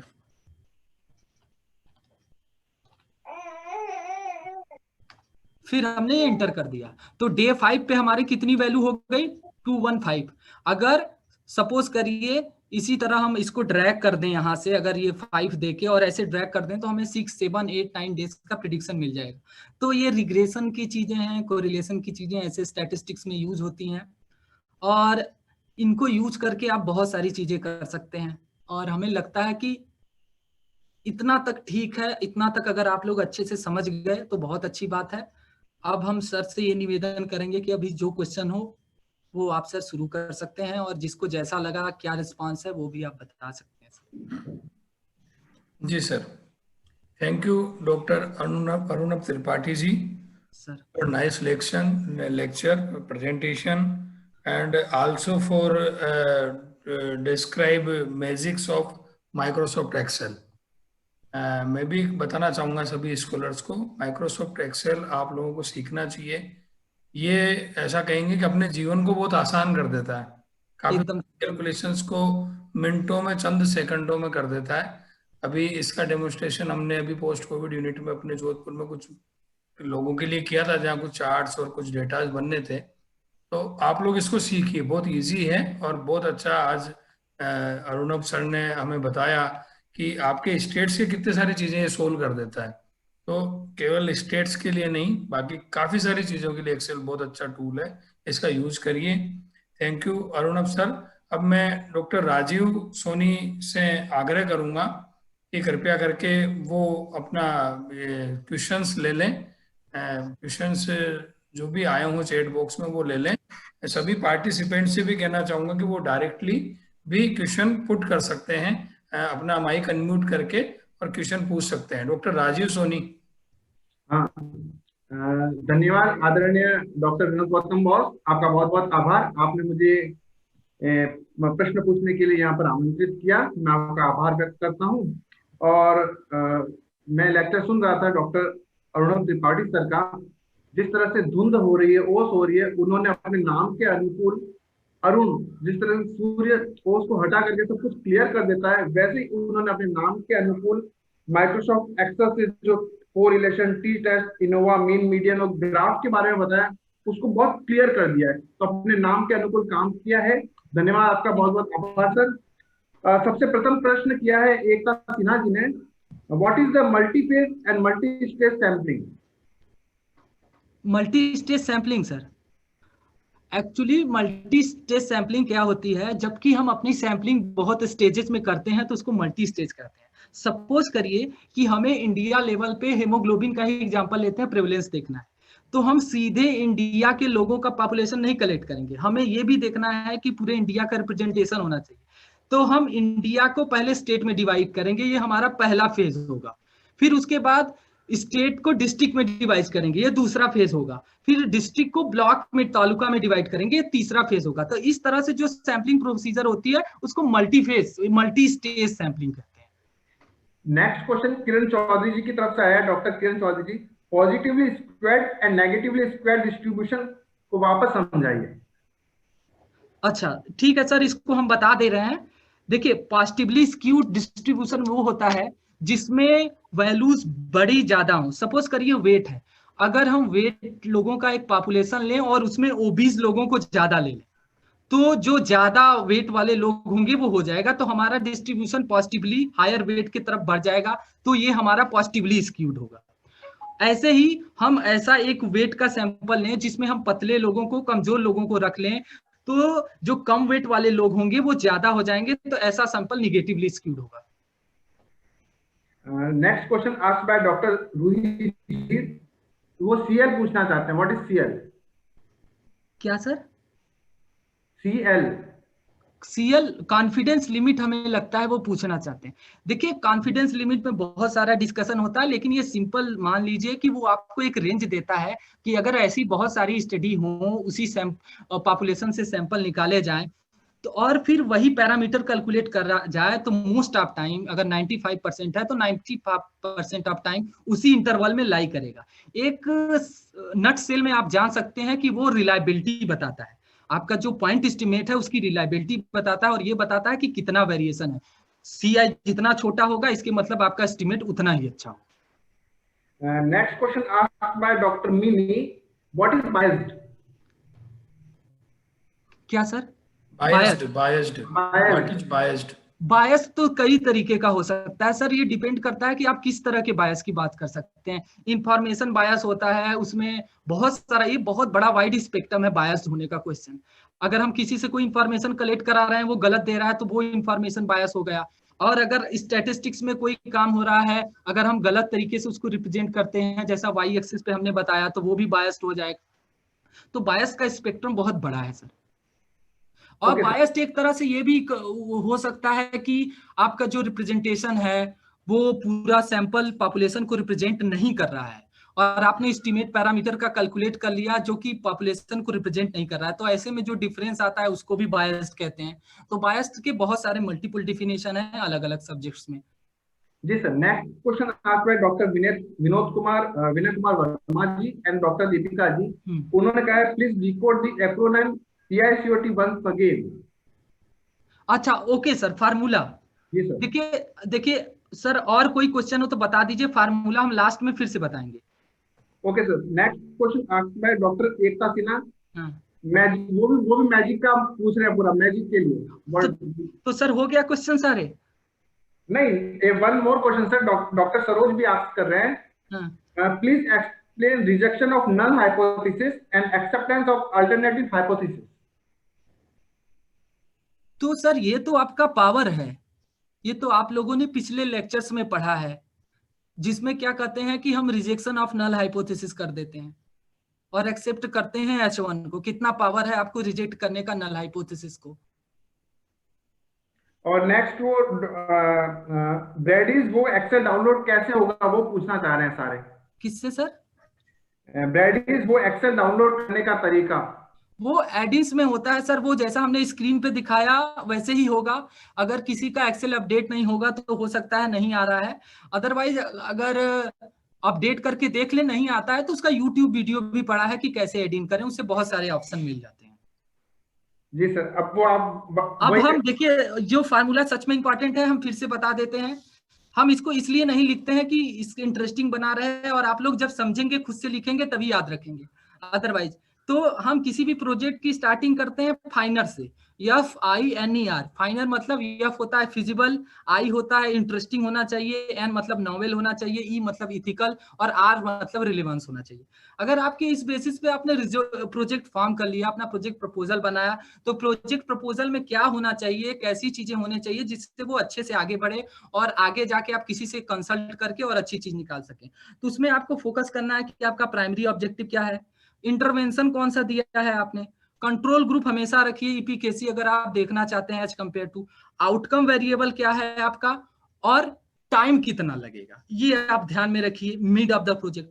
अब लास्ट में सबसे इंपॉर्टेंट होता है कि आप रिपोर्ट क्या करें, और रिपोर्ट कैसे करें कि वो अच्छे से पब्लिश हो और कहां। उसके लिए क्राइटेरिया है मैजिक, कि आप मैग्नीट्यूड बताएं कि आउटकम वेरिएबल में क्या चेंजेस आए, उसका मैग्नीट्यूड में उसके डिफरेंस क्या है। और दूसरा है एट्रिकुलेशन, मतलब वो कितना स्पेसिफिक है, कितना एट्रिकुलेट है वो बताएं। तीसरा है जनरलाइजेबिलिटी, कि उसको जनरलाइज कैसे किया जा सकता है अदर पॉपुलेशन में, दूसरे पॉपुलेशन में। फिर उसके बाद आप उस चीजों को इस तरह से रिप्रेजेंट करें कि इंटरेस्टिंग बने, वो है मैजिक का आई। और जो सी है वो क्रेडिबिलिटी है, कि वो कितना क्रेडिबल है।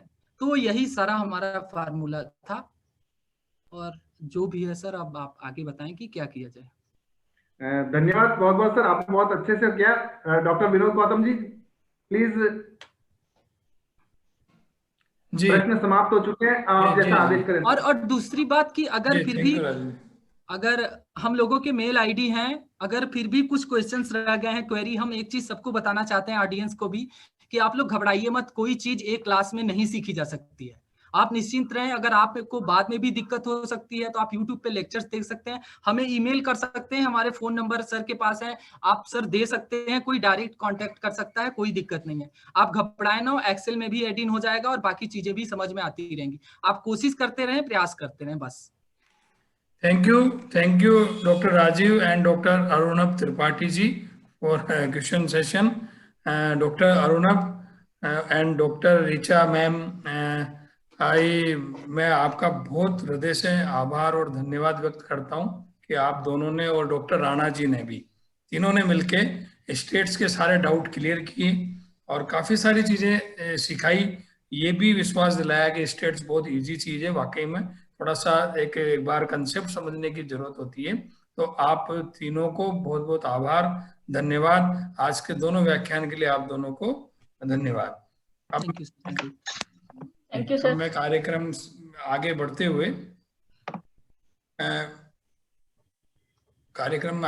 हुए मैं निवेदन करूंगा हमारे मार्गदर्शक और हमारे अग्रज डॉक्टर किशोरी लाल जी शर्मा सर, जो कि विश्व आयुर्वेद परिषद राजस्थान के प्रेसिडेंट भी हैं और जो कि इस पूरे प्रोग्राम के मार्गदर्शक और सूत्रधार भी हैं, जिन्होंने मुझे आदेश किया था कि ऐसा एक कार्यक्रम करना है।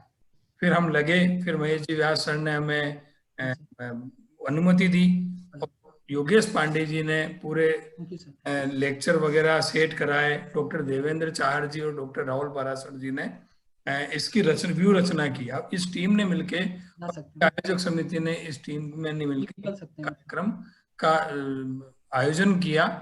तो उन सबके जो मार्गदर्शक थे हमारे अध्यक्ष महोदय डॉक्टर किशोरी लाल जी शर्मा सर, मैं उनसे निवेदन करूंगा कि हमें आशीर्वचन प्रदान करें और सभी हमारे आज के जो व्याख्याता थे उनका आभार भी प्रदर्शित करें।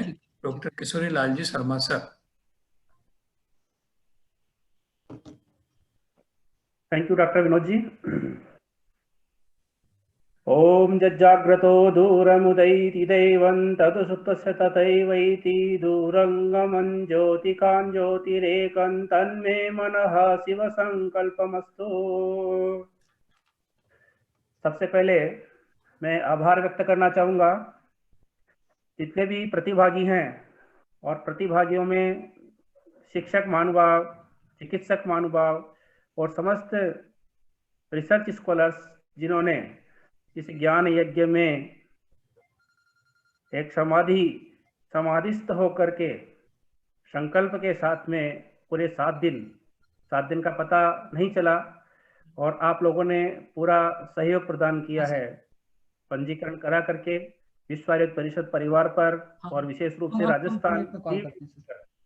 आपने जो कृपा की है, मेहरबानी की है, उसके लिए पूरा विश्व आयुर्वेद परिषद परिवार और राजस्थान टीम, आप सभी का, जितने भी पंजीकृत प्रतिभागी हैं, उन सब का हृदय से मैं आभार व्यक्त करता हूं। और आगे जो भी हम इवेंट करें, आपसे आग्रह रहेगा और आशा रहेगी कि आप हमारे कार्यक्रमों में जुड़ेंगे। हमने प्रयास किया है, आपकी जो अपेक्षाएं थी उस पर खरा उतरने का हम सभी लोगों ने प्रयास किया है। अगर कोई इसमें त्रुटि रह गई हो तो हम आप लोगों से क्षमा प्रार्थी हैं। उसके बाद में मैं आभार व्यक्त करना चाहूँगा जैसे ज्ञान यज्ञ में जितने भी रिसोर्स पर्सन महानुभाव जो हमारे परिवार के सदस्य की तरह और सभी प्रतिभागियों को जितना अच्छा तरीके से समझा सकते थे उतने अच्छे तरीके से बिल्कुल सामान्य लैंग्वेज में उन्होंने समझाया। मैं हृदय से हमारे सभी रिसोर्स पर्सन का मैं आभार व्यक्त करना चाहूँगा जिन्होंने पूरा समय दिया, पूरी मेहनत की और जितने भी क्वेश्चन हो सकते थे सभी क्वेश्चनों का उन्होंने जवाब दिया है। और फिर भी आगे भी अगर कोई कठिनाई आप लोगों को होती है तो निश्चित रूप से हमारे रिसोर्स पर्सन हैं वो उपलब्ध रहेंगे आप लोगों की जो भी समस्याएं हैं उसमें। आज भी डॉक्टर नितिन जी जुड़े हुए हैं, मैं उनका स्पेशली आभार व्यक्त करना चाहूँगा। और आज के जो रिसोर्स पर्सन थे डॉक्टर ऋचा सिंगल जी और डॉक्टर अर्णव त्रिपाठी जी, आपने पूरा मन के साथ में और प्रायोगिक रूप से सभी स्कॉलर्स को आपने बहुत अच्छे तरीके से सामान्य लैंग्वेज में और जो एक उनकी इच्छा थी कि थोड़ा सा हिंदी मीडियम रहे उसके माध्यम से आपने आज पूरा आपने समझाया है। ये परिषद परिवार आप दोनों आदरणीय विद्वानों का आभार व्यक्त करती है, आपका अभिनंदन करती है। आप दोनों विद्वानों का बहुत बहुत धन्यवाद। मैं आभार व्यक्त करना चाहूँगा आज के कार्यक्रम के मुख्य अतिथि डॉक्टर के द्विवेदी जी सर का, जो उन्होंने पधारे और हमें आशीर्वचन प्रदान किया। आनंद चौधरी जी सर काफी समय तक जुड़े रहे लेकिन वो चीफ प्रोक्टर है, उस कारण से किसी कारण से वो अंतिम समय पे नहीं रह पाए। फिर भी हम सर का भी आभार व्यक्त करते हैं कि आप जुड़े और आपने हमारा संबल बढ़ाया। मैं आभार व्यक्त करना चाहूँगा आदरणीय प्रोफेसर महेश जी व्यास सर का। उनकी नियमित रूप से व्यस्तताएं रहती है, हम सभी जानते हैं। जब से बोर्ड ऑफ गवर्नर्स बना है तब से उनकी व्यस्तताएं और ज्यादा बढ़ गई है। फिर भी सर का पूरा प्लान, हमको मार्गदर्शन प्रदान करना, रिसोर्स पर्सन से संपर्क करना और जो भी कठिनाई हमको आती थी हम उनसे पूछते थे और सर का मार्गदर्शन आशीर्वचन हमको मिला है। निश्चित रूप से हम उम्मीद करते हैं ये यूनिट की सर का आशीर्वचन मार्गदर्शन इसी प्रकार से मिलता रहेगा। सर को हम सभी प्रणाम करते हैं, उनका आभार व्यक्त करते हैं। Thank you sir. इसी क्रम में मैं डॉक्टर योगेश जी पांडे का भी मैं नाम लेना चाहूँगा कि जिन्होंने हमारे इस कार्यक्रम में कदम से कदम मिला करके आपने सहयोग प्रदान किया है। और विश्व आयुर्वेद परिषद की टीम में डॉक्टर सुरेंद्र जी चौधरी सर का भी मैं इसी क्रम में आभार व्यक्त करना चाहूँगा। उसके बाद में राजस्थान टीम की यूनिट में इस कार्यक्रम के जो कन्वीनर डॉक्टर देवेंद्र जी चौधरी रहे, उन्होंने इस पूरे कार्यक्रम को पांडे जी के साथ मिलकर के पूरे कार्यक्रम को डिजाइन किया। मैं उनको आभार व्यक्त करना चाहूँगा। और इस पूरे कार्यक्रम की रचना, व्यू रचना और मुख्य स्तंभ, आधार स्तंभ रहे डॉक्टर विनोद जी गौतम, जो एक सेनापति की भूमिका में रह करके उन्होंने पूरा कार्यक्रम सुबह से लेकर के, सुबह मैं तो ये कहूँगा कि सुबह 6 बजे से लेकर रात में 12 बजे तक उनकी व्यस्तता इसी कार्यक्रम में रहती थी कि सुबह उठ करके आज क्या प्लान बनाना है, कैसे क्या करना है, क्या नहीं करना है।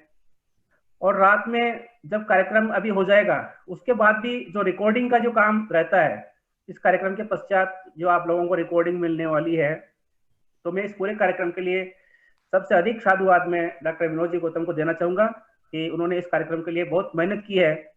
तो मैं उनको धन्यवाद, साधुवाद और मैं थैंक्स पूरे परिवार की तरफ से उनको विशेष रूप से देना चाहूँगा कि सबसे अधिक मेहनत आपने इस कार्यक्रम में की है। उनके सहभागी के रूप में डॉक्टर राहुल जी पाराशर, आप कदम से कदम मिला करके उनके साथ में रहे, आपका भी साधुवाद, धन्यवाद है। आदरणीय अग्रज डॉक्टर राकेश जी शर्मा का भी मैं धन्यवाद देना चाहूंगा, जिन्होंने बहुत अधिक समय निकाल करके आपने पूरी मेहनत की है। सर आपका बहुत बहुत धन्यवाद। डॉक्टर महेश इंदिरा जी महासचिव, उनका भी इसी क्रम में धन्यवाद है। उदयपुर आयुर्वेद कॉलेज की टीम से इस आयोजन समिति में जुड़े रहे doctor Kamlesh ji Sharma, doctor Ashwini ji, doctor Pradeep ji, जो स्मृति चिन्ह और सर्टिफिकेट्स की पूरी भूमिका अदा करके आपने कार्य किया है, मैं आपको स्पेशली थैंक्स कहना चाहूंगा। डॉक्टर विपिन जी, डॉक्टर वैभव जी, doctor CR Yadav ji, doctor Sunil ji, doctor Mahendra Prajapati ji, doctor Govind Gupta ji, doctor Sanjay ji, आप पूरे आयोजन समिति के सदस्यों का मैं आभार व्यक्त करता हूं और धन्यवाद ज्ञापित करता हूं कि आपने इस यज्ञ में सहयोग करके विज्ञान युक्त में आपने कार्य किया है। मैं आपको नमन करता हूं, प्रणाम करता हूं। हमारा इस कार्यक्रम को लेकर के एक स्मारिका निकालने का कार्यक्रम है, तो आदरणीय सभी रिसोर्स पर्सन से हमने आग्रह किया है कि एक अच्छी स्मारिका जिसमें एक अच्छे पेपर्स स्कॉलर्स को देखने को मिले और एक अच्छा कार्य इस दिशा में हो, तो ऐसा मैं निवेदन किया है। तो निश्चित रूप से आने वाले समय में हम प्रयास करेंगे कि इसकी स्मारिका हम निकाल सकें। और कल का एक कार्यक्रम और रहने वाला है आप लोगों की स्वीकृति के साथ में। तो कल का जो कार्यक्रम है वो ओपन रहेगा, जितने भी लोगों को आप लोग जोड़ सके उस कार्यक्रम में। मेरा आपसे विशेष निवेदन है कि कल का जो कार्यक्रम है वो पूरा आयुर्वेद के ऊपर फोकस रहेगा। तो जितने भी प्रतिभागी हैं उन सबसे मेरा निवेदन है कि अधिक से अधिक संख्या में, केवल जो रजिस्ट्रेशन की बात थी वो हमारी आज तक की थी, कल के जो कार्यक्रम है वो आयुर्वेद को लेकर के, आयुर्वेद के सिद्धांतों को लेकर के, आयुर्वेद में रिसर्च जो है वो किस प्रकार से कैसे क्या कर सकते हैं, वह विषय कल रखा जाएगा। तो कल का सेशन कॉमन रहेगा, उसका लिंक आप कहीं भी शेयर कर सकते हैं और कोशिश करें कि जितने अधिक लोग कल जुड़ सकें, प्रयास करें उन लोगों को जोड़ें। और जो हमारी आयुर्वेद पद्धति है उसके साथ जुड़ करके, पूर्णावती तो आज हो रही है, लेकिन एक अतिरिक्त कार्यक्रम कल आप सभी लोगों की इच्छा थी कि उस कार्यक्रम को रखा जाए। तो आपकी भावनाओं के अनुरूप डॉक्टर विनोद जी ने ये कार्यक्रम कल का रखा है, तो निश्चित रूप से कल आप विशेष सहयोग करेंगे। और हमारी प्रार्थना यह है कि जितना अधिक संख्या में आप लोगों को जोड़ सके, विज्ञान का भला कर सके, आयुर्वेद का भला कर सके और लोगों को अपनी बात आप उनको पहुंचा सकें, तो ऐसा हमारा निवेदन आप सभी लोगों से है। अगर आभार व्यक्त करने में मेरी कोई त्रुटि रही हो, कोई नाम मेरे से भूलवश मानव स्वभाववश छूट गया हो, तो मैं क्षमा प्रार्थी हूँ। तो निश्चित रूप से इसी प्रकार के ज्ञान यज्ञ में आप लोग सहभागी बनते रहेंगे और हमारी आयुर्वेद पद्धति को आप आगे ले जाएंगे। कुछ न कुछ निश्चित रूप से इस जो ज्ञान यज्ञ हमने किया है, निश्चित रूप से इससे कुछ निकल करके सामने आएगा। और एक निवेदन हमने किया था कि जो स्कॉलर्स अगर इन विषयों पर अपना विषय प्रेजेंट करना चाहेंगे तो हम स्पेशली उनको अनुमति प्रदान करेंगे और एक नेशनल लेवल का कार्यक्रम केवल स्कॉलर्स के लिए, जो बोलने वाले हैं उनके लिए हम कार्यक्रम का आयोजन करेंगे। आप लोग हमको बताएंगे। थैंक यू, बहुत बहुत धन्यवाद, आभार सभी का, सभी को नमन, सभी को प्रणाम। धन्यवाद अध्यक्ष महोदय, आपका मार्गदर्शन हमारे लिए हमेशा प्रेरणादायक रहा है। और हम सबके साथ साथ में आपका भी बहुत बहुत धन्यवाद कि आपने हमें मार्गदर्शन दिया और हमारे साथ हमारे हर निर्णय को आपने तुरंत यस किया कि हाँ ऐसा कर लो, ऐसा कर लो। तो ऐसा भी अध्यक्ष होना चाहिए जो बात को मानता भी जाए। इसके लिए आपका बहुत बहुत धन्यवाद और सभी का धन्यवाद। अब हम इस कार्यक्रम के समापन के पूर्व आज के वक्ताओं से पूछना चाहेंगे, अर्णव त्रिपाठी जी से और ऋचा मैम से, कि अगर वो कुछ बोलना चाहे तो स्वागत है, अन्यथा हम इसका समापन करेंगे।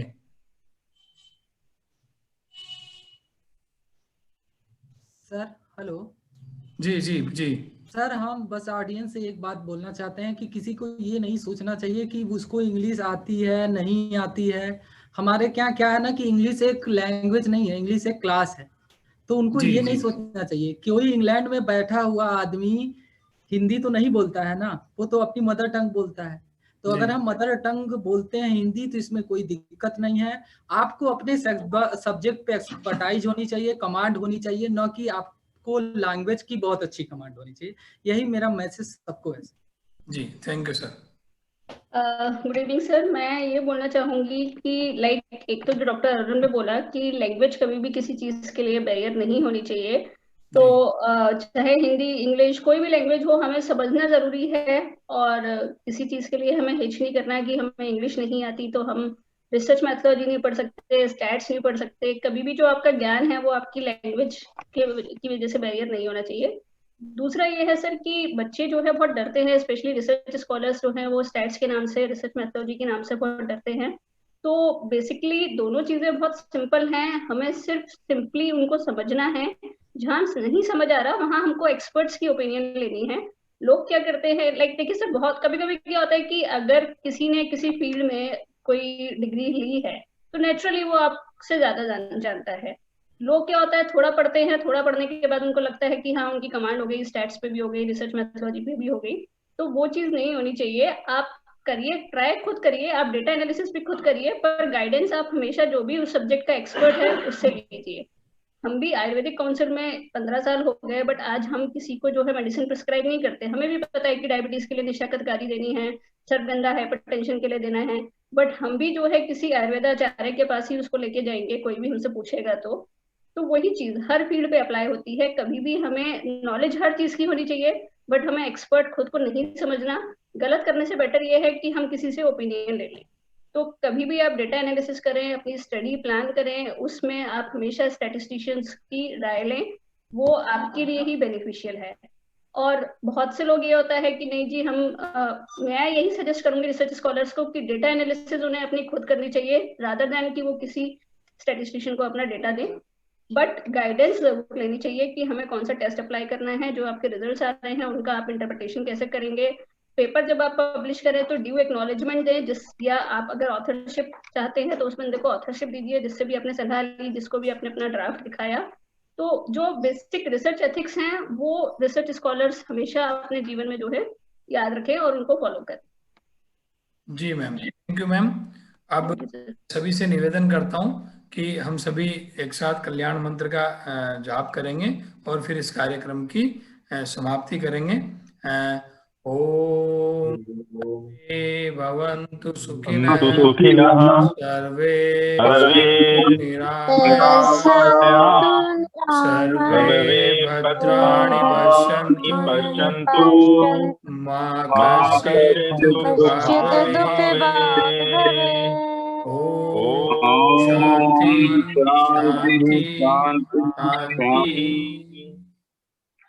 सभी को नमस्कार, धन्यवाद। विनोद जी बहुत बहुत बधाई, आज के भी दोनों लेक्चर बहुत ही बढ़िया रहे। आपका जो है कार्यक्रम बहुत शानदार है। धन्यवाद सर, धन्यवाद राकेश सर। हाँ जी, एक पूर्णता मंत्र और बोलना है जी, बिल्कुल सर, बोलिए सर। ओम पूर्णमिदः पूर्णमिदम् ओम पूर्णमदः पूर्णमदः पूर्णमिदं पूर्णात् पूर्णमुदच्यते पूर्णस्य पूर्णमादाय पूर्णमेवावशिष्यते। बहुत बढ़िया, बहुत बढ़िया। हमारे दो साथी राहुल जी और महेश इंदिरा जी, इन दोनों को काफी देर तो सर्च कर रहा था मैं, मिल नहीं रहे थे, अब दिखे हैं दोनों। अब बहुत देर से सर्च कर रहा था। थोड़ी देर में फिर भी कुछ अवशेष रह गया है।